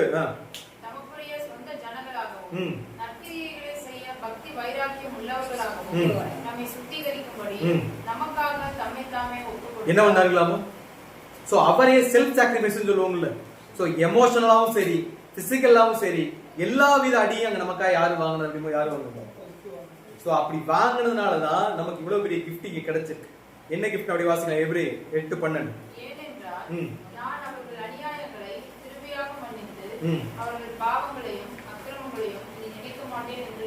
என்ன சொல்றாங்களாமா? டோட்டலா எல்லாத்தையும் பண்ணி யார் ரெடி ஆயிட்டாங்களாமா? அவர் ரெடி ஆகி எல்லாத்தையும் நான் என்ன பண்ண மாட்டேன், நினைக்க மாட்டேன்னு சொல்றாருங்கல்ல. காலையில பிரதர் ஒரு சப்ஜெக்ட்ல ஒரு டேட்டை திருப்பி சொல்லிட்டே இருக்காரு. எந்த டேட்? காலையில பிரதர் ஒரு டேட் ஒன்று சொல்லிட்டே இருந்தாரு, வர 31ஆம் தேதி செவ்வாய்க்கிழமை. ரைட்டுங்களா? இந்த வசனம் எக்ஸாக்டா அங்க அப்ளை ஆகும். ஏனென்றால் நான் அவர்களுடைய அநியாயங்களை எப்படி மன்னிச்சிருக்கேன், கிருபையாய் மன்னித்து அவர்கள் பாவங்களையும் அக்கிரமங்களையும் என்ன பண்ண மாட்டேங்களாம் நினைக்க. என்னைக்கு நம்ம அந்த பாத்திரத்துல உண்மையா போய் கை வைக்கிறோமோ, நமக்காக ஒரு பட்ட பாடுகளையும் நமக்காக ஒரு பட்ட அவமானங்களையும் நமக்காக ஒரு பட்ட அடிகளையும் என்னைக்கு உணர்ந்து அந்த ஒரு குற்ற உணர்ச்சியோட நம்ம பண்ண பாவங்களையும் நம்ம பண்ண அக்கிரமங்களை வெளியே வந்து அந்த பாத்திர கை வைக்கிறோமோ, அன்னையில இருந்து நம்ம பண்ற பழைய அக்கிரமங்களை என்ன பண்ண மாட்டாங்களாமா, நினைக்கவே மாட்டேன். நான் மறந்துடுறேங்கிறது. நான் மறுபடியும் உங்க ப்ரீவியஸ் என்ன பண்ணிடுறேன், நான் எரேஸ் பண்ணிட்டு ஃப்ரெஷ்ஷா ஒரு நோட்டு போட்டு உங்களுக்கு ஒரு அக்கௌண்ட் போட்டு எழுதுறேங்கிற.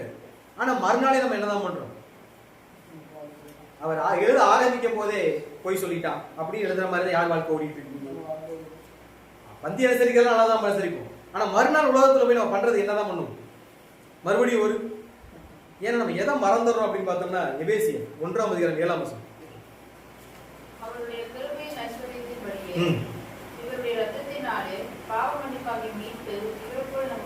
எதனால உண்டாயிருக்குங்களாம், அவருடைய ரத்தத்தினாலதான் நமக்கு அந்த பாவ மன்னிப்புங்கிற விஷயமே என்ன பண்ணிருக்கலாம். ஆனா எவ்ரி இயர் நம்ம எதை பண்ணிடுவோம், டெய்லி அதை என்ன பண்ணிடுவோம், மறந்துடுவோம்.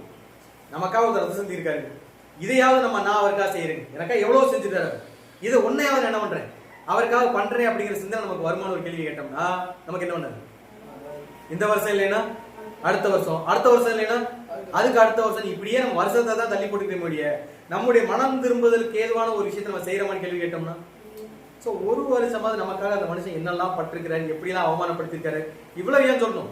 அவங்க அப்பாவே அவர் விட்டு கொடுத்துதான் அவ்வளவு பாடல் என்ன பண்ணி இருக்குது, அங்க நமக்காக சகிச்சிருக்காரு அப்படின்னா அந்த ஒரு உண்மையான அந்த சாக்ரிஃபைஸ்க்குரிய மரியாதை யார் கொடுக்கணும்?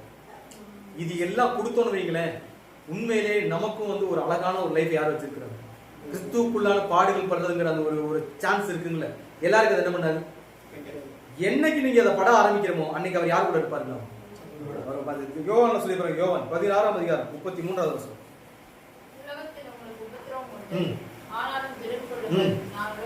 சோ அவர் சொல்றது என்னன்னா, எனக்கே இதெல்லாம் நடந்திருக்கு. என்ன பண்ணிருக்காங்களாமா? ஏன் கண்ணு முன்னாடியே நியாயப்பிரமாணத்தை பொய்யினாங்க, உங்க கண்முன்னாடி என்ன பண்ணுவாங்க? சொல்லுவாங்க. என்னை அவமானப்படுத்தினாங்க, உங்களை என்ன பண்ணுவாங்க? அவமானப்படுத்துவாங்க. என்னை அடிச்சாங்க, உங்களை என்ன பண்ணுவாங்க? அடிப்பாங்க. என்னைய கொன்னாங்க, உங்களை என்ன பண்ணுவாங்க? சொந்த ஜனம், சொந்த ஊரு, சொந்த ஆசை என்ன பண்ணுவாங்க? வெறுத்தாங்க, உங்களை என்ன பண்ணுவாங்க? கவலைப்படாது, அவர் சொல்ல பண்ணுவாங்க. கவலைப்படாது, இந்த உலகத்தில் உங்களுக்கு என்ன இருக்குங்களாமா? உபத்திரவம் உண்டு, ஆனாலும் இடம் கொள்ளுங்கள். ஏன்? நான் ஜெயிச்சுட்டேன். கண்டிப்பா நீங்களும் ஜஸ்ட் நீங்க அவர் வந்த பாதையில மட்டும் என்ன பண்ணிட்டு வந்துட்டே இருக்கு. மத்தல யார் பார்த்துப்பா? அவர் பார்த்துப்பா. சோ இந்த மாதிரியான ஒரு பாவங்களுக்குள்ள போய் தான் நம்ம மீட்பை கொண்டிருக்கானா, அந்த மீட்புக்குரிய வேலையை புரிஞ்சுக்கிட்டு அந்த பாடுகளும் நம்மை அனுமதித்து அவருடைய பாதையில் சென்று ராஜ்யத்தில் குடியேற தேவன் தாமே கிருபை செய்வாராக. கேட்ட சத்தியங்களை தேவன் ஆசீர்வாதமாக தருவார்கள்.